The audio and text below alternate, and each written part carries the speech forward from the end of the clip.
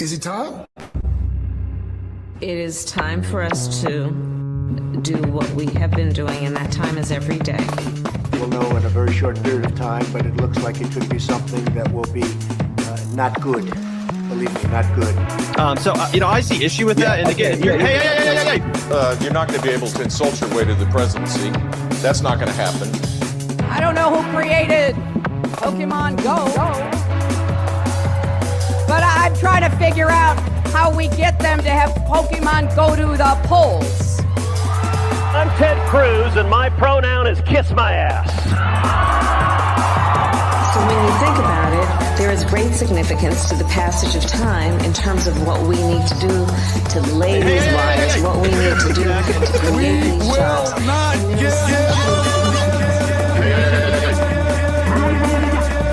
America is a nation that can be defined in a single word. I was going to put him. Not good. Believe me, not good.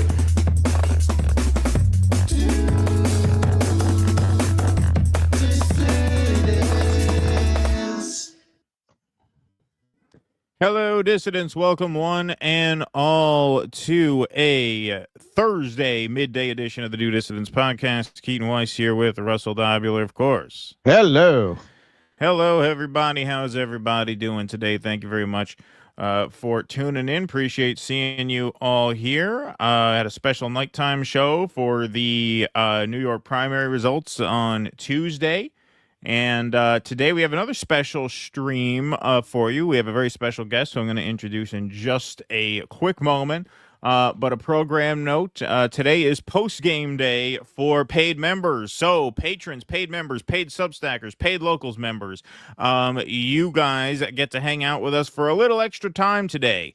So the final two segments of the show will be for members only at a link that was emailed to you through Patreon, Substack, or Locals. There's still time to join the Cool Kids Club and go to patreon.com/do-dissidents and do that right now if you want to hang out extra with us today. Final two segments of the show will be over on the link that you members got this morning in your email. We already got a crowd in over there, small crowd in the members only room so far. 4 of you guys are actually watching the show over there, so that's great.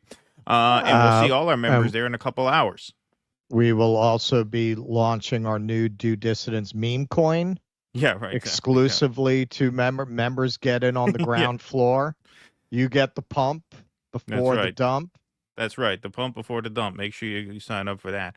Yeah. Also, on a serious note, we will be taking Q&A calls after those final 2 segments. So, members, you get 2 bonus segments plus Q&A today after the show. Sign up now and check the most recent post, and we'll see you over there. But right now, we are going to admit our guest for the afternoon. She's, of course, a former Seattle City Council member, the founder of Workers Strike Back, and currently a candidate for Washington's 9th Congressional District, running for U.S. Congress against incumbent Democrat Adam Smith. Our friend Kshama Sawant is back. Kshama, great to see you again. Hey, Thank you Kshama. for having me. Great to see you guys. Of course. Great seeing you. Great to see you. You had reached out. We had put this together last week. For me, at least, speaking for myself, not with the expectation that we'd be talking about Zohran Mamdani. I was quite surprised by the results on Tuesday night. Didn't come out of nowhere, but I thought it was a less than 50-50 chance that it would happen, just because I have no faith whatsoever in the Democratic Party or their voters or Democratic primary voters, especially those in New York. But he pulled it out, and I caught some of your interview with Nick on RBN yesterday, and so I got a little bit of your perspective, but I did not watch the whole thing. So what is your reaction to this pretty shocking upset victory by Zohran Mamdani in New York?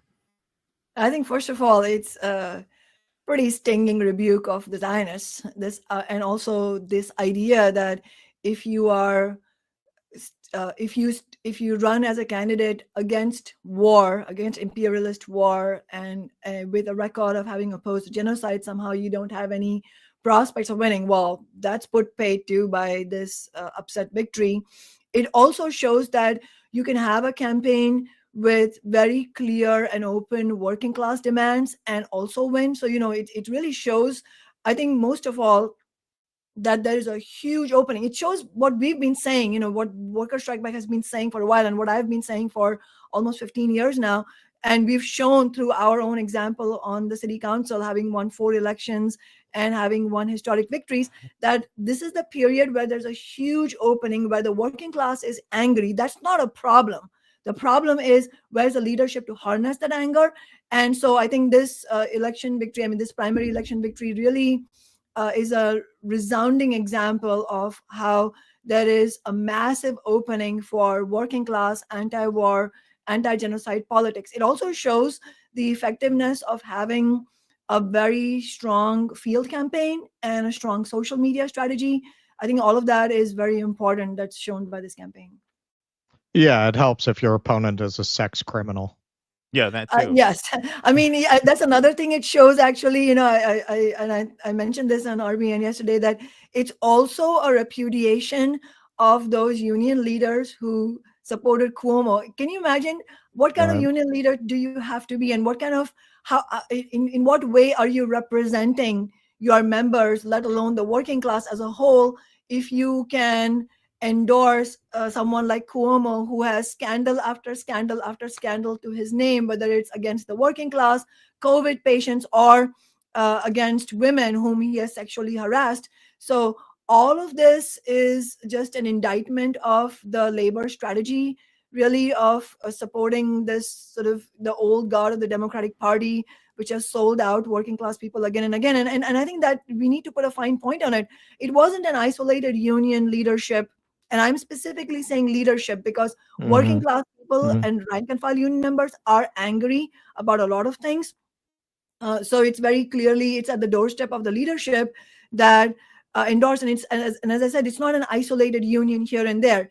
SEIU, UFCW, Teamsters, RWDSU, this is the union that ran an unsuccessful carpenters unionized in Alabama. Yeah, Amazon workers. So these are unions that represent some of the most vulnerable workers, some of the workers who carry the biggest load of making society run and get the least pay in return for that. And to turn around and endorse someone like Cuomo, shame on you, and good that this result showed that they can be defeated. Of course, the question that looms large is, okay, so what is the strategy that's needed, not only to win for Mamdani to win the general election, because that still has to play out, but then most importantly, if he gets elected, what's the strategy he would need and working people in New York would need to win any of the demands. I mean, it's really important. He ran his campaign on some really bold demands, like a $30 by 30, which is $30 an hour by 2030. Yep. Free transit, taxes on the rich, all of these are bold demands that we would support. We also ran on taxing the rich, and we won the Amazon tax in Seattle, which raises hundreds of millions of dollars every year. But I'm saying that that's the main question here, because we have shown over and over again it's possible to win against the ruling class, but what it takes is a massive working class confrontation. Yeah, well, I definitely want to dig into that more. But before we dig into that more thoroughly, I think it's important to point out, in my opinion, there's two facets to this, right? There's what Nick called when he interviewed you yesterday, and I think he's 100% right about this. There's the propaganda win, massive, unequivocal propaganda win. For an anti-apartheid, one-state solution, Israel only has the right to exist as a democratic state, not as an apartheid Jewish state. For someone like that to win a mayoral primary in New York City is seismic. I could tell you that as someone who's lived in New York City half my adult life, lived in the metro area more than half my adult life. Russ is born and raised there, lives there now. It is incredible to see that happen. Just 4 years ago, Andrew Yang ran for mayor. He was up by 20 points. He was polling north of 50 points. And in May of 2021, right before primary day, about a month prior, there was the escalation in violence in Israel-Palestine. Yang put out a statement in support of Israel. The progressive members of his coalition became furious. So he backtracked, paid lip service to Palestinian rights, didn't do much to win back the progressives, but did plenty to alienate the Zionists, and he imploded. He collapsed. That campaign went down in flames. So this issue was a death trap in New York City until very, very recently. So the fact that he won and that the Zionists were not simply able to scream anti-Semite and shut the conversation down, there is no overstating how massive that is. And I think the pro-Palestine movement would be foolish not to tout that, right? Now, the second piece of it is what you're talking about, which is, okay, it's possible on occasion to defeat the ruling class at the ballot box, but how do you actually win these demands? One thing you said yesterday I thought was really important is, and I'm paraphrasing slightly, but one of his demands is a rent freeze. He's not going to wheel and deal his way to a rent freeze as the mayor. He's going to have to win it the way you won these things, which is to be an activist, to take your movement into City Hall with you. The DSA's record on that is a mixed bag. There are local chapters that have had some successes. Mid-Hudson Valley DSA, where I grew up, had some successes in blocking a fracked power plant. Like, they've done some good work here and there. But in general, they want to be a part of the club. And so I'm sorry if I rambled there. I just wanted to outline that. On the propaganda front, do you see these two as kind of like separate pieces of this, or are they one and the same? In a way, they're one and the same and they're one and the same in the sense that such a campaign has won, in the primary because of the huge opening that exists among working people to do something to fight for them, to end the war. People are angry. One of the things that it reflects, first of all, just to back up, I think you made an important point about, with you and Russell both as having been from New York and still living in New York.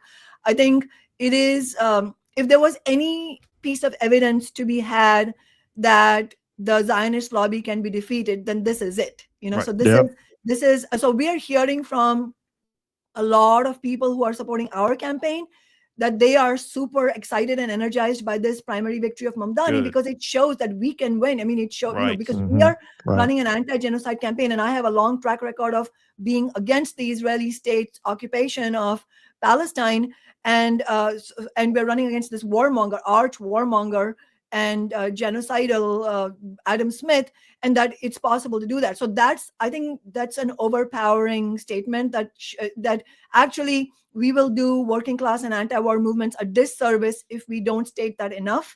But the two pieces you mentioned are connected in the sense that working people want to fight.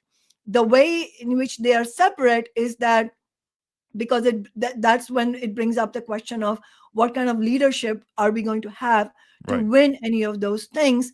And you said it right. I mean, the DSA is a mixed bag. I would probably go even further to say that in proportion with their size and with the number of elected representatives they have got elected into office, I think what they have won really just it's no comparison to what we won Sure. with one elected office and you know, in one city, and obviously it far less sort of overt power, because you know they have all these powerful elected officials that like AOC, but what has actually happened is that many of those elected officials, though especially the prominent ones, have ended up selling out.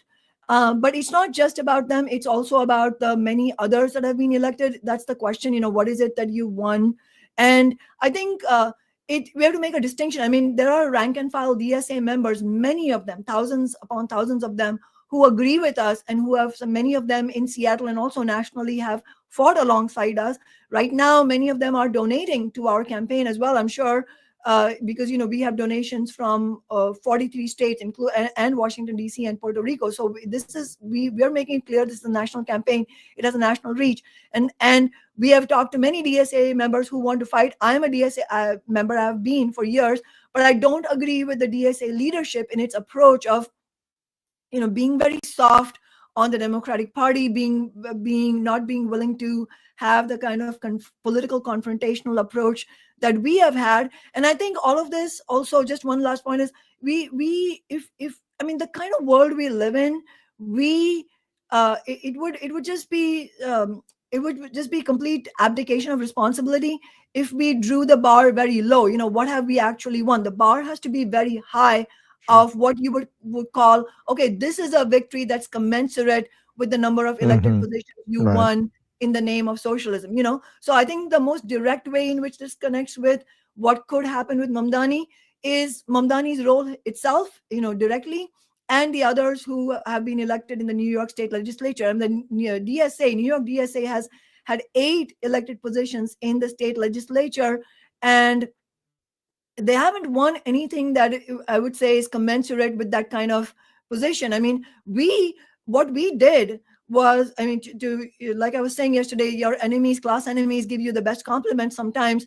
And to quote the Seattle Times, which hates my guts, which completely hates everything I stand for, said that we came out of nowhere, myself and my fellow socialists, we came out of nowhere to commandeer the city's political agenda. That is the bar, you know, that has to be the bar. Like, so the question is, what did DSA do with their 8 elected positions, including Mamdani? And that's the problem. And I can give you more details about what I feel was lacking there. But more to the point is to use that as an indicator of what will be needed if Mamdani wins for working people in New York to win those demands. Well, there's also a risk. I mean, sorry, Russell, go ahead. I think there's a lot going on here, and it's predictably opening up a big kind of debate among people who are kind of post-duopoly, who are veterans of the Sanders campaigns, who really got burned by AOC. I was somebody who was out campaigning for AOC when Bernie kind of sold after Hillary Clinton the idea of kind of doing what the post-Goldwater conservatives did, culminating with Reagan, you know, build up, take control at the lower level. And, you know, that's what we were trying to do with the squad. And then we were very disappointed. But I think the fact that New York skews young demographically, because it's so hard to raise a family here, that once people have kids, they tend to move to the surrounding areas, if not completely out of the region. So the average age is 38. And that's in keeping with what a lot of us said at that time when you looked at what the numbers were supporting Bernie Sanders. It was something like 70, 80% for people under 30. You know, and the prediction was, well, demographically, as this generation becomes more dominant, they're going to pull the politics in that direction. And this seems to support that. But there's an element where, of course, we want to say the working class supported him, and to some extent they did. But in the end, he really won with people making over $100,000. And if you look at those watch parties, I mean, those were white as Casper. And I think part of the reason for that is what Peter Turchin wrote about, elite overproduction. I think as these children of the elite class are shut out of the economy, where there are not enough roles for them, they're not able to just go into the kind of professional managerial class life that they expected. It's radicalizing them, which is to the good. But I think that's a big part of the story here. It's not really a story about a working class uprising. The working class, to a very depressing degree, voted for Cuomo. Yes, I think that is a sobering question, and we do have to consider that very seriously, especially as Mamdani goes to the general election. I mean, that is a very specific challenge he will need to overcome. What I mean is that there is an opening to win on these demands, and it is if you look at the opinion polls on issue after issue, the vast majority of the working class skews left. And even if you look at the question, if the poll asks, do you support any attacks by Trump on Medicare and Medicaid? I mean, whopping over 90% of America is. So, Kshama, why do you think they vote that way? Because I live in Harlem, and Harlem, as far as I know, they went for Cuomo. Yes, I mean, actually, the numbers are pretty, as I said, pretty sobering. Actually, I think the New York Times analysis showed that Cuomo dominated in precincts where at least 70% of the residents are Black, and in there, the difference, is Cuomo 59 and Mamdani 26%. And so, that is like a 33 percentage point difference. I mean, that is huge. And then if you look at, which is, I think, even more telling in some ways, because it's about class, is that Mamdani is ahead of Cuomo among voters with incomes over $100,000 by 20 points. And even more telling is that Cuomo is leading Mamdani among people who have, I think, lower than $50,000 income, and he has a lead of 34 percentage points. So I think that is a huge difference.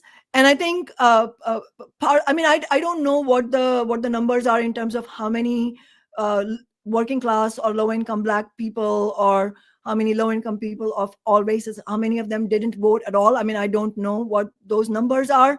I can tell you that I can tell you, living here, they pushed very hard in Harlem. I was getting these every day. Who, the Mamdani campaign? No, the Cuomo campaign. Cuomo campaign. Yeah, exactly. I mean, I'm just trying to say that if we want to get an accurate statistical picture of what's happening, then we also need the numbers of how many of them didn't vote at all. Because I think that therein lies a big part of the story. Same with the Harris-Trump election last year. It almost, the corporate media almost leaves out that story entirely, which is, for example, nearly 20 million people who voted for Biden who didn't vote at all. It's not like they voted for Trump. They just didn't vote. And so I think that part of the story is also extremely important. In order for us to understand what's going on, to answer your question, why are Black and working class people voting for Cuomo and not voting for Mamdani? And I think that is also, for all the positives of Mamdani's campaign, which I think we should be very clear. They did run a very strong campaign, a strong field campaign.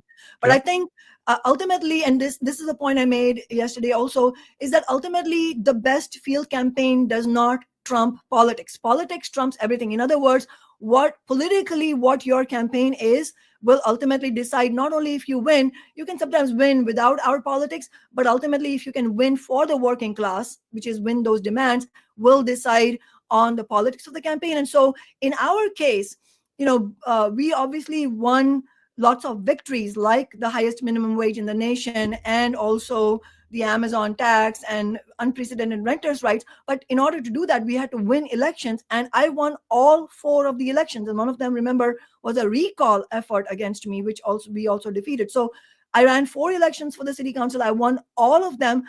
But if you look at the heat map of the votes, you can see a very clear class divide.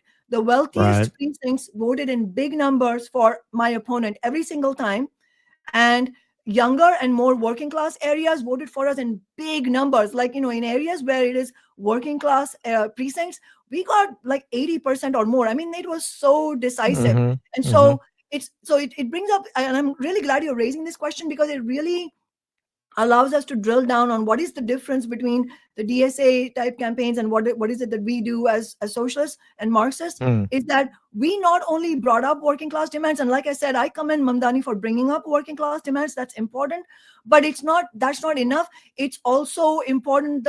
What's important is the character of the campaign, where you make it crystal clear that there is a class divide, and there's a big difference. You will never catch me saying I had a really gracious conversation with Andrew Cuomo where he conceded. No, I didn't even talk to my opponents on the phone, and they didn't call me to concede or anything like that, because it's very clear. We are not pals. We are not collegial people who just had a difference of opinion temporarily. Like, one of the things Mamdani said in the ABC New York interview that he did after he won is he said that, well, we're putting it's not an exact quote, but something like, it was a contentious primary, but I'm putting that behind me.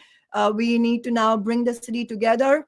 That is telltale for you, with the best of intentions, not understanding that the real estate barons, Wall Street, Right. BlackRock, they're not going to be your fucking friends. They are your enemies. This is literally where Wall Street is. Literally. This is literally where Wall Street is. We talked about that last time, Russell. That exactly. So I think that even if you're genuine in wanting to win these things like a rent freeze, you're not going to win it by believing that somehow we can, quote unquote, reach across the aisle. And I don't mean it in a Democrat versus Republican sense. I mean it in a class sense. Working class can reach across the aisle to the ruling class. No, they are out to crush you. Capitalism itself, the status quo of capitalism is working class getting crushed. So class warfare is not a choice we have. The only choice we have is, are we going to turn the tables once in a while in the class warfare? And of course, in my case, I'm also fighting to overthrow capitalism. But so it's a question of, do you keep that class divide a very clear contrast? And so because the DSA representatives, the leadership doesn't do that, unfortunately, they tend to appeal more to the middle class. They're very polished, but they also make it clear they don't want to be divisive. They don't want to go to war. And that is not only materially going to work against you when you start the fight to win something concrete, it also is a turnoff to working class people. Working class people want to see a fighter. And the reason they want that is that they are not stupid. They know what's in their interest, and they are fed up with sellout after sellout. They're fed up of slick, polished politicians. Just to give an example, we often get Democrats and NGO and labor leaders and gatekeepers and people who are in very plum positions, who really what they do is shill for the Democratic Party and give them cover. They'll often say things like, Kshama is not nice. Oh, she has the personality of a porcupine. And she needs to get some charm. Somebody is saying, she needs to learn from Mamdani and get some charm. And here's the deal: whether who sees you as that's how we're titling this segment. Kshama needs to get some charm. I mean, when you are a working class fighter and you don't make any bones about it, and you have a track record of winning for the working class, how people see you depends entirely on their own class allegiances. Exactly. So the working class does see me as their friend. I mean, I have lots of friends, and people offer to come and tell me, you're so nice, or how do you do this? You're making so many sacrifices, that type of thing. And we actually deflected away from personality and towards the collective struggle. But then the people who are interested in generally keeping the capitalist status quo intact, but then saying a few nice things for working people, they don't like this kind of fight.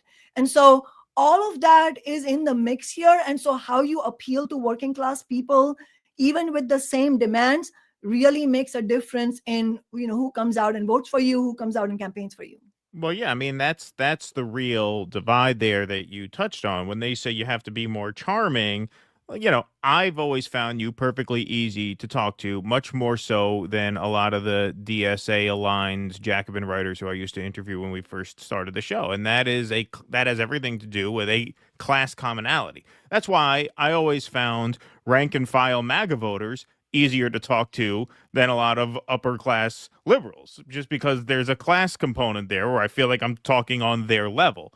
So yeah, I think that's absolutely true. And in terms of the income distribution, voting versus, Mamdani versus Cuomo, it's interesting because yes, Mamdani won with over 100,000 income.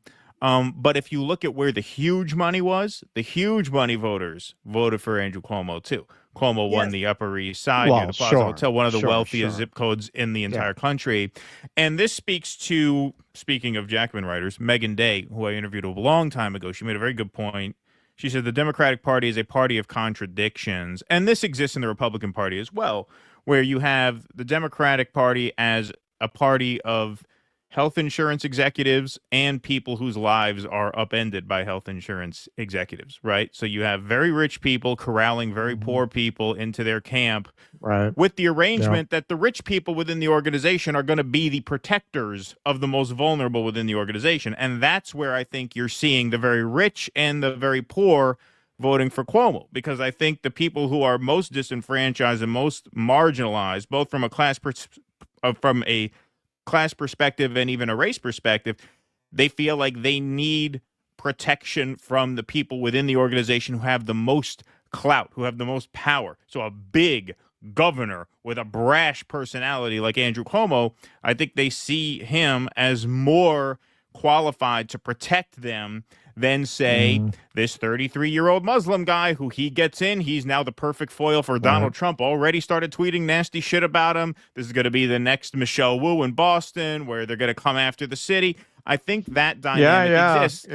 That's exactly how Sharpton tried to frame it. Not to cut in on you. We showed that segment. Exactly. This is a time when we can't have somebody learning on the job. We need a fighter who knows how to fight Trump. Exactly. But how you fight Trump and how you fight the right wing, how you fight for working class interests in general, I think, what it takes is for the movement to lead itself through a militant class struggle campaign, which, Kshama, that has been your MO, and that has had a track record of success, whereas the DSA record has been one, as you said, mixed but mostly failures.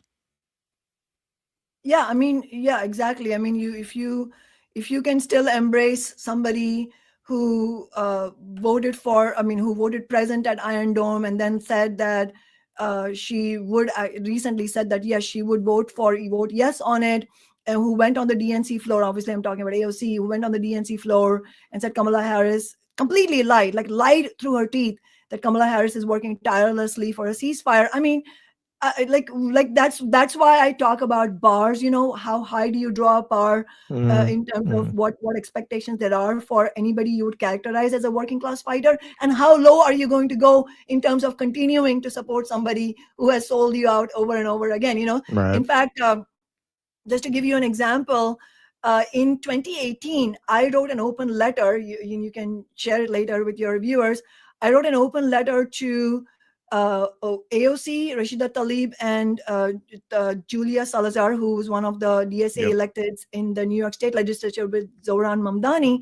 And in that, I talked about what it took for us to win $15 an hour. It was, just to give a comparison, like in New York State, in the New York State Legislature, they these 8 New York electeds and DSA electeds, they were part of a large coalition of over 100 organizations that had labor unions and other NGO organizations, liberal organizations. All of them launched a campaign called Invest in Our New York. And that name is so bland, you would not know what. I mean, Wall Street could say invest in our New York, and it would be the polar opposite. But it was a campaign to for taxes on the rich, to fund all kinds of things. All the goals of the campaign were excellent, and it's something we would have supported. And they did have a bit of a movement approach. They did rallies and marches and so on, but they didn't win with all these hundreds of organizations, all these powerful labor unions supporting them. And compare that to what we won in Seattle. First of all, the nation's first major city, $15 an hour. What did it take for us to win that? First of all, in 2013, when we were running our election campaign on the banner of $15 an hour, they said, the labor leaders said that I should not talk about 15. They were very angry at me for talking about 15 because they didn't want to be on the hook to fight for 15. But we won. And in fact, again, my biggest fan, Seattle Times editorial board, they said that my election victory was, if anything, a referendum on $15 an hour.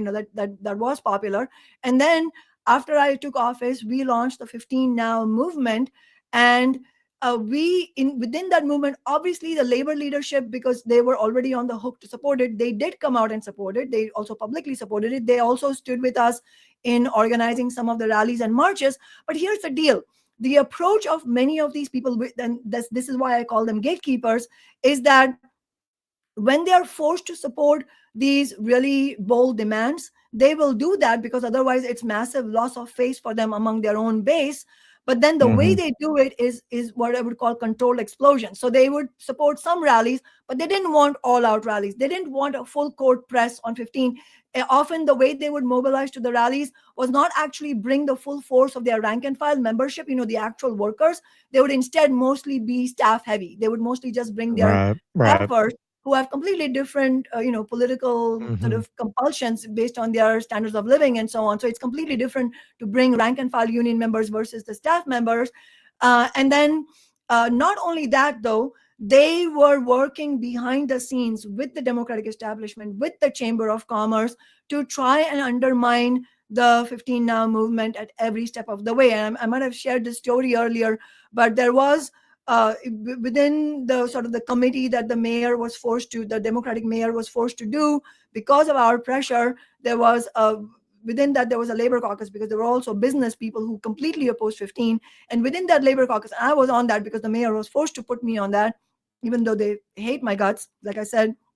In that labor caucus, one of the main union leaders, they came and said one day at our labor caucus meeting that, hey, look, I've had a meeting with this or that business leader, and I'm telling you, we're not going to win 15. Look, if we want to walk away with nothing, then we can continue talking about 15. But if we want to win something, then let's settle for 11. It will still be a huge victory, and so on and so forth. And he said that at a time when the support in the polls for 15 was sky high.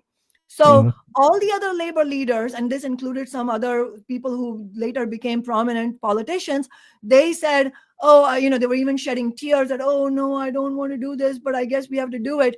I was the only one. And again, this story is not about self-praise. This is the story about what kind of backbone and political clarity it needs to not sell out working people. I was the only one who said, this is absolutely shameful. You are trying to sell out working people when the support for 15 is at its highest. Absolutely not. If you go ahead with this, I will do a press conference tomorrow and name every single one of you for selling out. So it's your choice. You either let me do that or you fucking stop this selling out. And that's the kind of, that's what I call a class confrontation.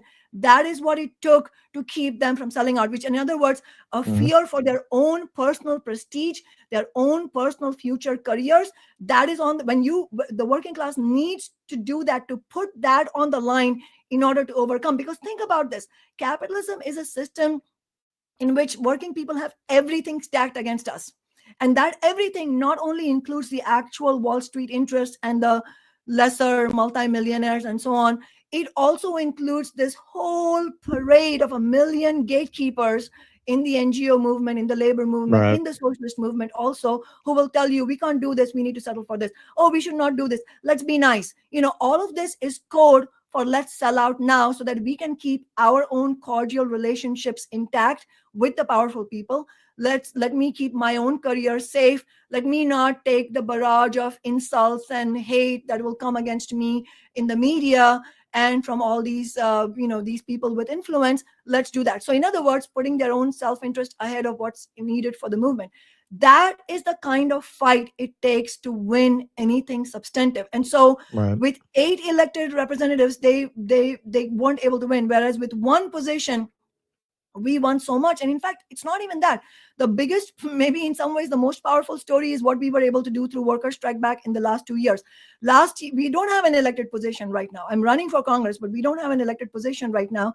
Last year, as you know, the Seattle City Council tried to undermine our minimum wage victory. We defeated them. This year, they did part one of their attack on the renters' rights. We have won. We defeated them. And not only did we defeat them, we forced the sponsor of that bill, Kathy Moore. I don't know if I told you this, but she's resigned because she couldn't take the heat. It was like too much. And the way we brought the firepower of a much smaller group of people, working people, is by, again, naming and shaming and telling them, you need to be thrown out. You, by name, need to be thrown out. We literally forced them to shut down their in-person meetings and go on Zoom because they couldn't deal with us. And we took over city council chambers and did our own public rallies. And then we forced them to retreat on that bill, and we forced this Democrat to resign. So ultimately, that these details of these stories matter, because that is how you are able to win. I mean, just to say, Mamdani, if you watch him in the interview, and it's not just about him, this is in general, this is the story of many of these kinds of people, is that he's one of the smiliest politicians I've ever seen. He wants to be popular. He says he wants to represent everyone. He keeps talking about bringing New York together. The way I won was I made it clear I don't represent everyone. The media always try to pin me down and say, but aren't you representing all your constituents? You know what my response to that was? Starbucks CEO at the time, billionaire Howard Schultz, is in my district. Do you think I represent him? No, absolutely fucking not. He's not my constituent. I am against him and he's against me. And we're fighting for the working class. That's how you would approach it, in my view. All right. This would really be my question, and I think this is a question that people are going to be wrestling with around this campaign, people on the left, over the next few months, particularly people who are coming out of more radical activism. I'm seeing a lot of people saying, he went on with Jen Psaki. Well, there you go. So I think that really raises the question of what winning looks like. Like, do you not want people to go on with Jen Psaki and talk about economic inequality? Like, do you not want a person's message to get platformed, or even looking at the need of some of the Democrats to play nice with him? Well, 5 years ago, even, they wouldn't have played nice with him. Like, what does winning actually look like? The populist party in the 1890s was crushed after some early stunning successes. The parties got their act together and crushed them. But their platform wound up being partly the platform of Theodore Roosevelt, and largely the platform of FDR. What do you do? Like, not vote for Theodore Roosevelt, who's running on breaking up the corporations, which was your idea with your populist party? Like, I think you're seeing a lot of the conversation around, well, if anyone's for them, I'm against them. But at that point, I really have to ask, like, well, so what's the end game then? Like, you got a red army behind you? You're gonna overthrow the government tomorrow? Like, what doesn't winning the conversation look like people that you don't like starting to take on your line? I was watching a segment on CNN, it was a small thing. It hasn't gotten any attention, but it said a lot to me. You had one of these New York guys who, anytime anyone to the left of like Pinochet runs in New York, they invoke the specter of the 70s. Oh, we're going back to the 70s. We're going back. There's a uniquely New York thing, the 70s. They will always invoke, oh, we're going to go back to the crime of the 70s. And the interviewer on CNN, I don't know her name, but she's on a lot. She said, well, hang on. But she asked him to explain why that would result from his policies. And he talked about how the rich would flee the city and you would lose the tax base. Of course, he doesn't talk about how redlining is actually what bankrupted the city leading into the 70s. He makes it as if they overtaxed the rich. That's why they left. And she said, well, he's talking about a 1% tax. They already pay high taxes in New York and they choose to be here. Are you saying a 1% extra tax is going to make the difference of whether or not they're going to live in New York? That, to me, indicates a sea change in the way that they're covering these kinds of politics. These people are moral cowards, but part of being a moral coward is they love to jump out in front of a parade. And when they see, we're going to cover later, David Sirota had an exchange with Jon Favreau around that because he was kind of mocking the pod save guys for jumping out in front of the parade. But at the same time, don't you want them to? Like, what do you want them to do? Do you want them to still be beating the drum for Obama? Like, isn't that what winning looks like? So what's your take on that? Yeah, I mean, my starting point would be not these individuals in any way. It would be more of the political calculus of class struggle. So in other words, what I mean is that when you see, and I'm not talking about these specific examples, but in general, when you see members of the establishment starting to espouse the needs or demands of the working class that they do hate, no matter what they say, that is a sign of the working class having some ascendancy of some kind. So in other words, it's like when in concretely, like we had all these Democrats, including the so-called progressive Democrats, absolutely just in fury when we launched the Tax Amazon movement in 2020.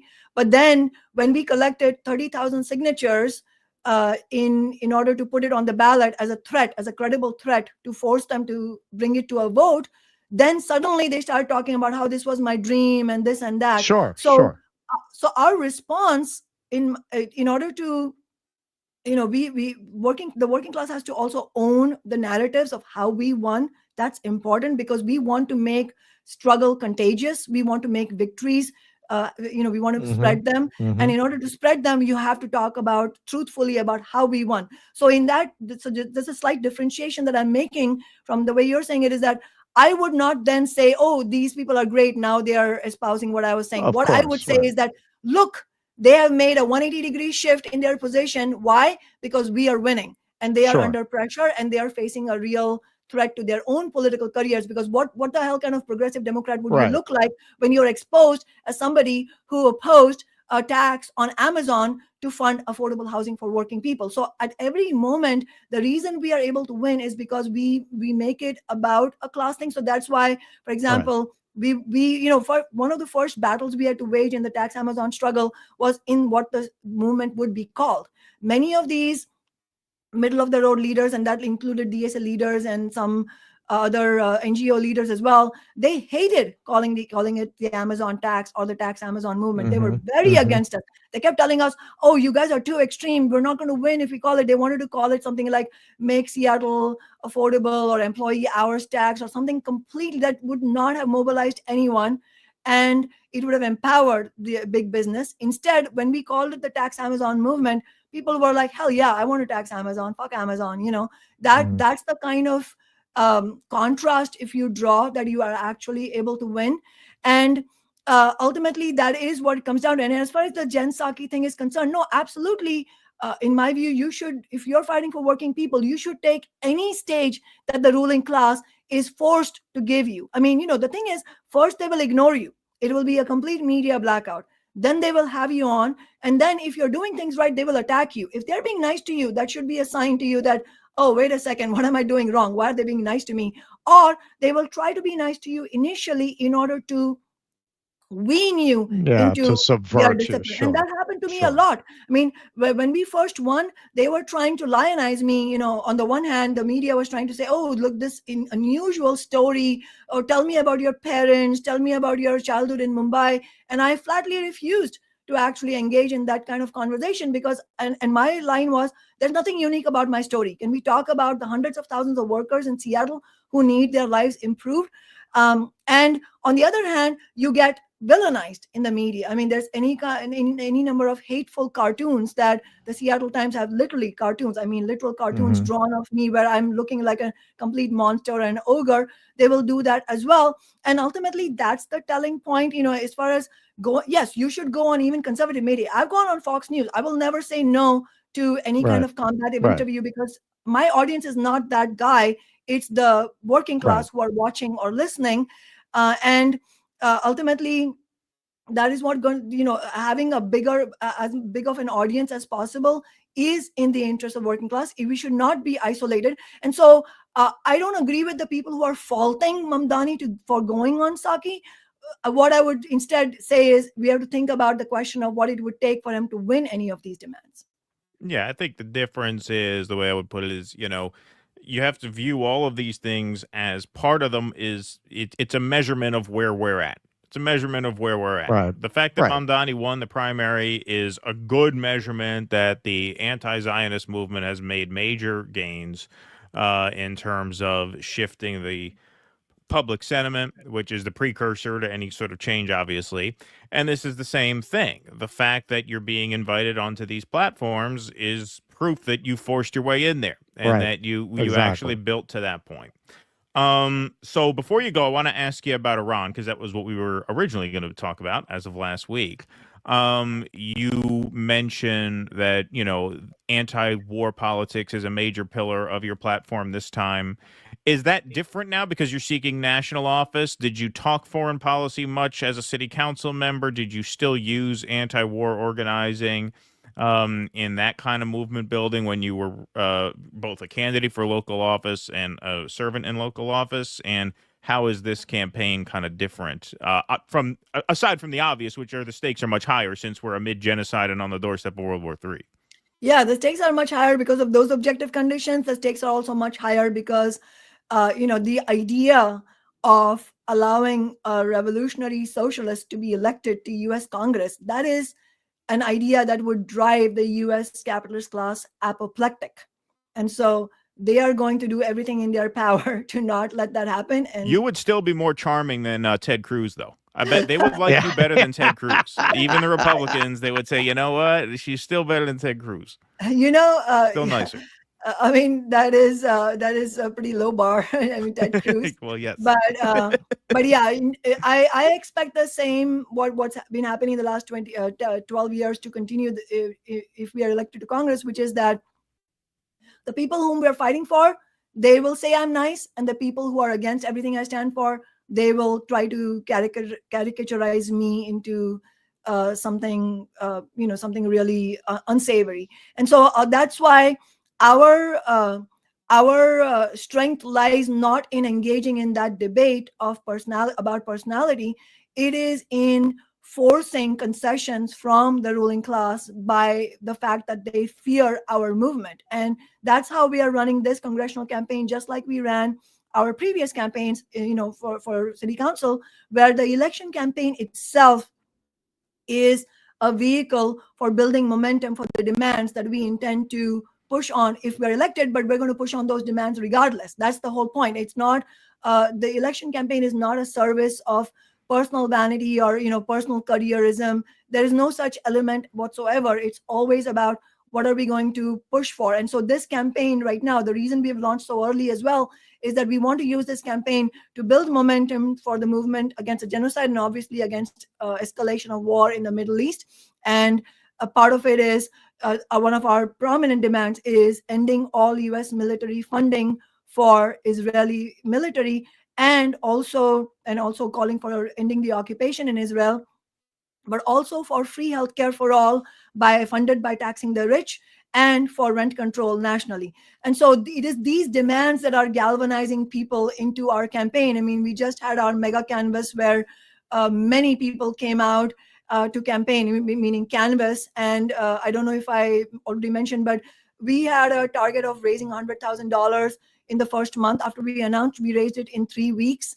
And as I said, we have donations from people in 43 states, and then also Washington, D.C. and Puerto Rico. Yesterday, actually, after the RBN interview, we got our first donation from Iowa.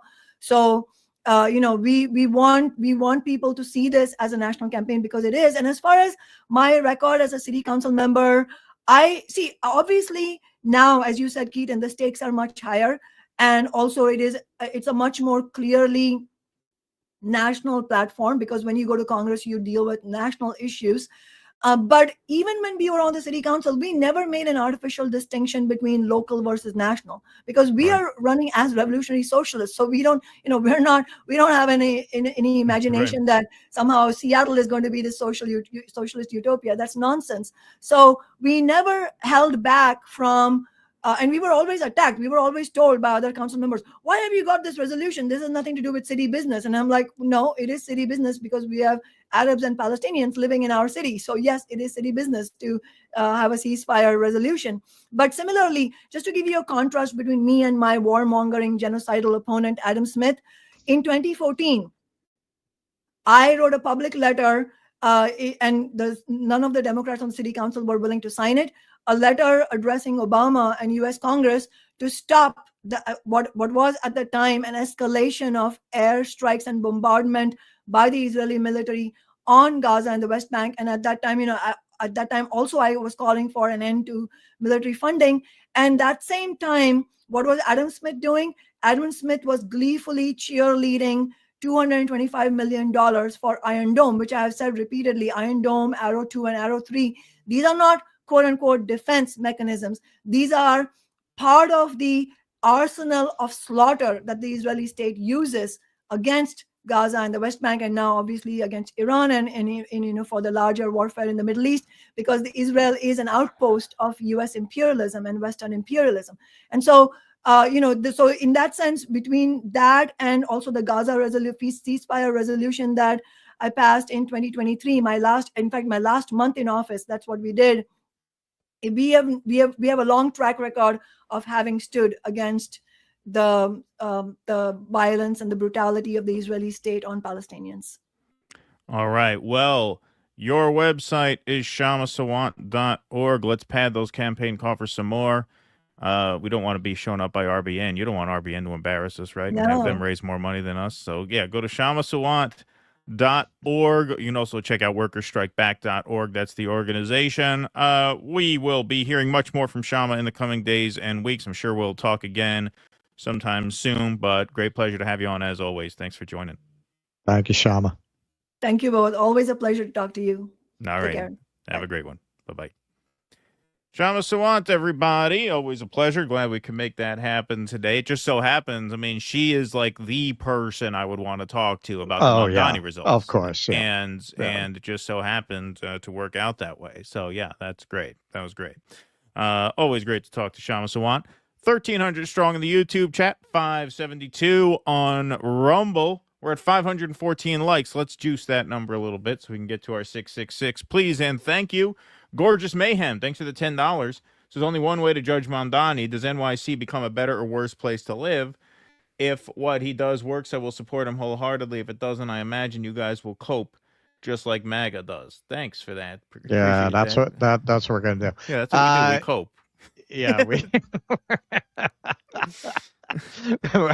we're not like vitriolic, bitter, nasty bastards. We'd be the first to go after them. We would cope. We're not even really like, look, I mean, this is where we'll talk about this later. I don't want to step in the segment. Yes. But, it like what I said is what I mean. There's multiple facets to this. To deny that this was a huge propaganda win over the Zionists is just ridiculous. Right. It's just patently absurd. Course. And I think it is counterproductive and debilitating to deny ourselves that win. Movements run on wins. They die on losses. When you win, you have to tout that. That's how you build morale. That's how you grow in size and influence, is to tout your wins. And so that's what Tuesday was. As for what the future holds, we don't know. That's why we didn't really tell people to go out and campaign and knock on doors. We were very tepid in our approach to that primary for all these reasons. Our endorsement extended to, if you live in New York, vote for him. Yeah, that's it. That's it. That's it. I mean, honestly, a lot of that stuff, and yeah, we'll get more into it in the segment. It's like people who only like bands until people like them too. Right. That ruined it. Yeah. That When you hear ruined your it, favorite man. band song on the radio, you turn it off and you're like, fuck them. Fuck them. They sold out. That's right. You know, like, do you want your ideas to become popular? Like that's really the question. Like what do you what do you want? Like, you just want to talk shit on podcasts? Because that's fandom. That's not politics. Right, that's just fandom. Did you want Cuomo to win and have the Zionists bragging about how they defeated anti-Semitism? Is that what you wanted? Is that the result you were hoping for? Right. Yeah. Sparky, thanks for the $5. What prize do you win when you help a war? When you end a war you help to start? The Nobel Grift Prize. Good one, Sparky. Good one. I like that, Sparky. Thank you for that. All right. Small business and organized labor are necessary components of a large middle class, says Sparky. A large middle class is required for economic stability. There's been a war on both components for many decades. Indeed, there has, Sparky. Thank you for that. Mr. Fancy Pants says, I doubt they will let him become mayor. And if they do, he'll probably be a huge disappointment. But in the meantime, I'm enjoying the Zio meltdown. There you go. See, that's the idea. That's the attitude. I mean, it's not just the Zionists. The billionaires are going crazy. Of course. They're going crazy. Bill Ackman just wrote like a fucking novel on X. Yeah. About this shit. Yep. I'm not really gonna cover that today because look, me and Keaton, both being New Yorkers and former tour guides, we're uniquely qualified to cover this campaign. So we're gonna have a lot of coverage on this, knowing New York as we do, and just what absolute nonsense these people are spouting. Like the idea that New York went broke in the 70s because of socialism and not because of rapacious, racist capitalists making the interest rates higher in urban areas so that everyone fled.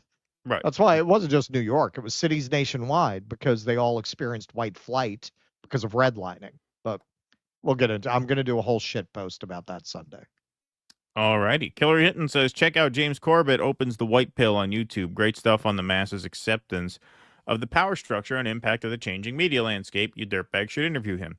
You know what? I will check that out, Killer Hinton. This kind of sounds up my alley. Joyanne Reid with the Slim Shady Kolinsky brain and hairdo getting it wrong. Well, no, she actually doesn't get it wrong on CNN. No. That's what's amazing about it. Now that she's not working for MSNBC, I guess she's allowed to get it right. That's the man bites dog. It's pretty interesting. It's pretty interesting. We will get to that though. Don't you worry. EO Shush, what Iran and Russia did will go down in the history books. Lured America into bombing a mountain to distract us while they did a regime change in New York and installed a Marxist communist. Thank you. Yes, good one. EO Shush, appreciate that. EO Shush said, Red Dawn NYC, it's a commie invasion. Go Wolverines. Or is it go PS 142? Thank you. Hey, guys, thankful for the ceasefire. Hoping to be able to last until the end. Would love to chat. Oh, great. Oh, George. Yes, we would love for you to call in today. That would be pretty amazing. For those who filed in late, we are switching to our members-only post game for the final 2 segments of the show, plus we will be taking calls from our paid members. So if you sign up now, Patreon, Substack, or Locals, you can get access. We've had a couple people sign up since the start of the show. So you can go to dudissidents.locals.com. That's our Locals. If you're watching on Rumble now, you can hit that bright red join button underneath the screen. That takes you to the Locals. You can also join patreon.com/dudissidents. Once you join, the most recent post has the link to the members-only room. That'll be the only room in town in a little while. We got 37 of you guys hanging out over there right now. So, with that being said, why don't we move on to some more Mamdani Fallouts? Okay. Mamdani versus the fascists. That's what we call this segment. So Stephen Miller, Jewish, by the way. I don't know how he came by the name Miller, but it was very common for immigrant groups coming into America to change their names to be more Anglo. I would not be surprised if that's how he wound up with that family name. Right. I would be very surprised if his Jewish family immigrated with the name Miller. Stephen Miller, NYC is the clearest warning yet of what happens to a society when it fails to control migration. Wow. Well, I guess if the authorities had exercised that viewpoint when your family came over here, we wouldn't have to suffer you. So you might be able to talk me into it on those grounds. Charlie Kirk, 24 years ago, a group of Muslims killed 2,753 people on 9/11. Now a Muslim socialist is on pace to run New York City. Say what you want about Al-Qaeda. I'm pretty sure they're not socialists, nor is the CIA. Yeah, that's right. Moving on. Benny Johnson. If you know, you know. NYC in 2001, we will never forget. NYC in 2025, elects Muslim jihadist. Wow. Jack Posobiec, a foreign-born Muslim socialist, just won the primary for New York City mayor. Are we allowed to talk about mass immigration now? Pretty sure you've been allowed for a while. Yeah, we always said that it was going to move very quickly from illegal immigration to just legal immigration, and here we are. Laura Loomer, New Yorkers forgot all about the victims of 9/11 killed by Muslims. Now a Muslim communist will be the mayor of New York City. Get out while you can. Please, please, I am begging you. If that makes sense to you, follow that advice. Get out of New York. Make New York great again. Right. I think this could be a win for everybody. Nick Sorter, a foreign Muslim communist. You see how they all hit the same exact talking points? Yep. Same exact talking points. You notice it when it's the Washington Post, the New York Times, and MSNBC, but for some reason, the people who follow these MAGA influencers don't notice how they seem to all get the same marching orders. A foreign Muslim communist is about to take over America's largest city. This should not be allowed. It's time to limit office holders to natural-born Americans. From the day you were born, you must have only pledged allegiance to the United States. Sorry, not sorry. So no more immigrant office holders. If you're an immigrant, it's not surprising people who support apartheid in Israel would support an apartheid system here. You're describing apartheid, where people with citizenship have a different class of citizenship if they weren't born here. Of course.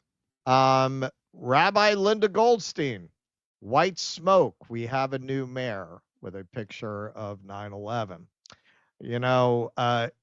It would not be taken amiss if you guys all want to go to your beloved Israel, right? You're all so in love with Israel. Why aren't you packing your bags to go to Israel? Marjorie Taylor Greene, this got a lot of play. This hits hard. And she shows the Statue of Liberty with a burqa. Now, this is deranged on multiple levels and just incredibly stupid.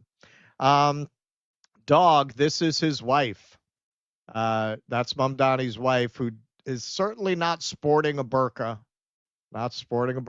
Very modern. That being Muslim is not by definition being a fundamentalist. Muslim is being a Christian. By definition, being a fundamentalist Christian, right? There's variation in that community, as in all communities. And it's pretty funny to use the Statue of Liberty as a statement against a certain type of immigrant, because as you probably know, if you know anything about New York, it is a city of immigrants. It always has been, going all the way back to the Dutch colony of New Amsterdam. By the time the British took over in 1654, there were already 18 languages being spoken in New York City, because the Dutch did not want to bring Dutch workers, because if they did, they'd have to answer to the Dutch government about how they treated the workers. So they were incentivized to bring in the refuse of Europe. New York was always made up of this very unique mix of people from all over the world. And of course, 1892 to 1924, 12 million people passed through Ellis Island. Hey, if you visit the Statue of Liberty, you can read Emma Lazarus's poem, The New Colossus, which was written as part of a contest to help fund the Statue of Liberty. Some of it reads, Mother of exiles. That's how she characterized the Statue of Liberty. From her beacon hand glows worldwide welcome. Keep ancient lands your storied pomp, cries she with silent lips. Give me your tired, your poor, your huddled masses, yearning to breathe free, the wretched refuse of your teeming shore. Send these, the homeless, tempest-tossed to me. I lift my lamp beside the golden door. So if you do go visit the Statue of Liberty, that poem is inside. It is, or if you were in the first grade, or if you passed the first grade, you know that the Statue of you- Liberty is a symbol of welcoming immigrants. yes, exactly. Like if you're not a complete moron with the face that looks like a cow's asshole strained under the pressure of bulging internal hemorrhoids, you would know that. David Like if Frum. you're not a complete reject, you understand the Statue of Liberty equals a symbol of immigration. Yeah. Right. David Frum. Well, at least we can retire that faded and false line. Anti-Semitism has no place in New York City. John Poderitz. The city with the largest Jewish population in the world will likely have as its mayor a man whose worldview and convictions stand in opposition to the fundamentals, I guess he means, of Judaism itself. I'm not kidding when I say that people like Mamdani are why there has to be a Jewish state. Well, actually, you know what? The history of New York City and people like yourself finding refuge in it is actually an argument against the idea that Jews cannot be safe without having their own state, because certainly they made a home here, has the largest Jewish population of any city outside of Tel Aviv. How did all those Jews get here? In the 1880s, the Jewish communities of Eastern Europe were overwhelmed by a wave of state-sponsored murder and destruction. When the Tsar was assassinated in 1881, the crime was blamed falsely on a Jewish conspiracy, and the government launched a wave of state-sponsored massacres known as pogroms. Hundreds of Jewish villages and neighborhoods were burned by rampaging mobs, and thousands of Jews were slaughtered by Russian soldiers and peasants. The pogroms caused an international outcry, but they would continue to break out for decades to come. In the 1880s, more than 200,000 Eastern European Jews arrived in the U.S. In the next decade, the number was over 300,000. And between 1900 and 1914, it topped 1.5 million, most passing through the new Immigrant Processing Center at Ellis Island. All in all, between 1880 and 1924, when the U.S. Congress cut immigration back severely, it is estimated that as many as 3 million Eastern European Jews came to the U.S. Now, what's really funny is I don't know this, but chances are all of them, Poderitz, chances are they are descended from people who came through Ellis Island to escape the pogroms. Most Jews in America of my age or older, that is their background. And New York was the top place for Jews escaping the pogroms to settle. Population growth. The Jewish population in New York City surged from about 80,000 in 1880 to 1.5 million by 1920, making it the world's largest Jewish city by 1910. The influx of Eastern European Jews, primarily Yiddish speakers, significantly shaped the city's cultures. Yes, if you say schmuck, if you say schmear, you have the Yiddish-speaking Jews of New York to thank for it. Yeah, most people think that is, it is a huge part of what makes New York, New York. I mean, that's part of the culture. Yes. Of course it is. The culinary culture, the humor that came out of the New York humor. Yeah, absolutely. Stephen Miller again. The commentary about NYC Democrats nominating an anarchist socialist for mayor omits one point. How unchecked migration fundamentally remade the NYC electorate. You mean like the mass number of Jews who came into New York escaping persecution at the turn of the 20th century that you are descended from? You mean like those people? Superman. Jewish immigrants created Superman. Right. That's right. a metaphor for the Jewish It's a immigrant metaphor, experience. right? That's as American as apple it's the pie. Moses basket, basically. Yeah. Is the spaceship. Well, Stephen Miller hates Superman. Everybody hates MAGA hates Superman. That is a great slogan. Got to give that to Mamdani. Democrats change politics by changing voters. That's how you turn a city that defined U.S. dominance into what it is now. Now, this is what's so insane about this. The period I'm assuming he's talking about, which coincides not coincidentally with America being in its prime economically, is a period that was defined by the city that was built by those immigrants who came through Ellis Island. It was a city of Italians and Irish and Jews, the three main groups that came through Ellis Island. That's what made the New York that most people, when they think of classic New York, the old school New York, the pastrami on rye New York, Mad Men New York, that was built by those immigrants. Yep. Matt Walsh, another one. 40% of New York City's population is foreign born, not just second and third generation immigrants, foreign born. Almost half the city wasn't born in this country. NYC isn't an American city anymore by any reasonable definition of the term. It's a tragedy and a disgrace. This is so historically illiterate. It is fucking stunning. It is stunning. New York has generally, for over 100 years, had a foreign-born population hovering between 30 and 40%, with a notable exception in the 1970s. New York City, the percentage of foreign-born residents has fluctuated significantly over the past century from a high of around 41% in 1910. It dropped to 18% by 1970 before rebounding to approximately 36% in 2000. Currently around 36 to 40% is foreign born. So 1910, it was 41%. 1930, it was 34%. 1970, 18%. 2000, 36%. Currently 36.5%. So unless you're talking about the 70s, and I know you're not talking about the 70s, you guys have a real hard on about how we have to not go back to the 70s, right? So you're not talking about, isn't that funny? Isn't that funny that the period that we had the lowest foreign-born population is the period that is most demonized as the one where we were rife with crime and economic collapse, right? That's the period without the immigrants. Most of the history of New York, you have about 35% foreign-born in New York City.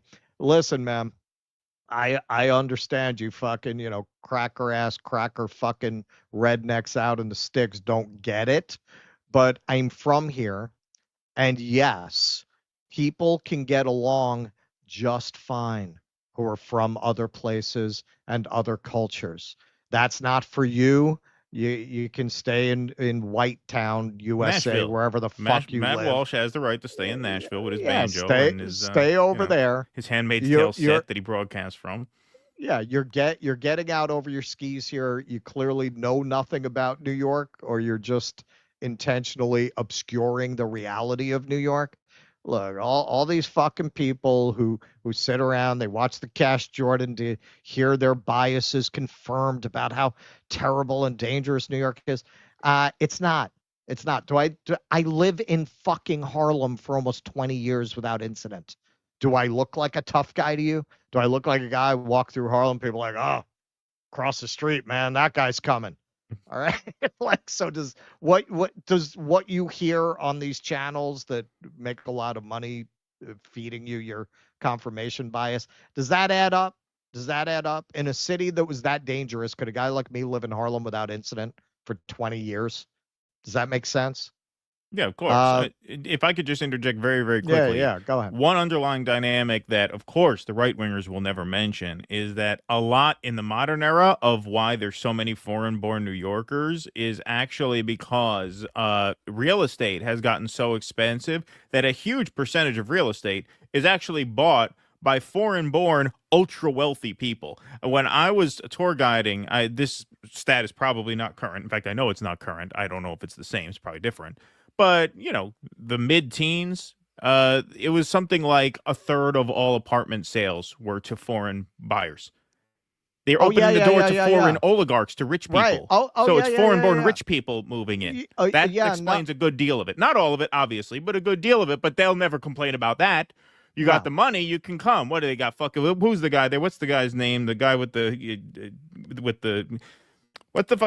guy's name? The big guy, the guy with the undershirt who probably smells like shit all day, every day. The treasurer, the commerce secretary. What's his name? Lutnick. Yeah. Oh, Lutnick. Yeah. I think of a smelly undershirt when I look at. No matter how rich that guy is, his undershirt will always smell like shit. But anyway, sorry about that. Yeah, big man. Exactly. Yeah. What do you say? We're selling express visas for what, a few $1,000,000 a pop or whatever? These people will never complain when rich people move in. They're not polluting the DNA of the city. Bloomberg specifically said he thought New York should be a luxury product. He said New York's not Walmart. It's a luxury product. We want more billionaires here. They never complain about that. They don't talk about that. See, they talk about how what Mamdani is proposing won't work, as if what they've been doing has been working, as if this is working for people, as if this is a good city to live in for people. The city has gotten so unaffordable that, these white kids who voted for Mamdani got radicalized because even they cannot afford a good standard of living. In the city that you built. I don't think they all of a sudden woke up. I think the system's not working for them anymore. Right? What does that tell you? That even the most privileged members of society don't feel this is working for them. That you have to be in Bill Ackman country for you to feel this is a livable city. And if you're Russ, what about you? Yeah, man. In New York, we have rent stabilization. I've had this apartment for 18 years. I'm paying the rent I was paying in the 90s. I would not move here as a off the boat New Yorker in a million years. I would not move here now in a million years. You'd be paying fucking $4,000 a month rent. Why would you do that to yourself? So Ellis Island is a place I would recommend if you're ever in New York. Go visit it. It's open as a museum. That is the history of New York.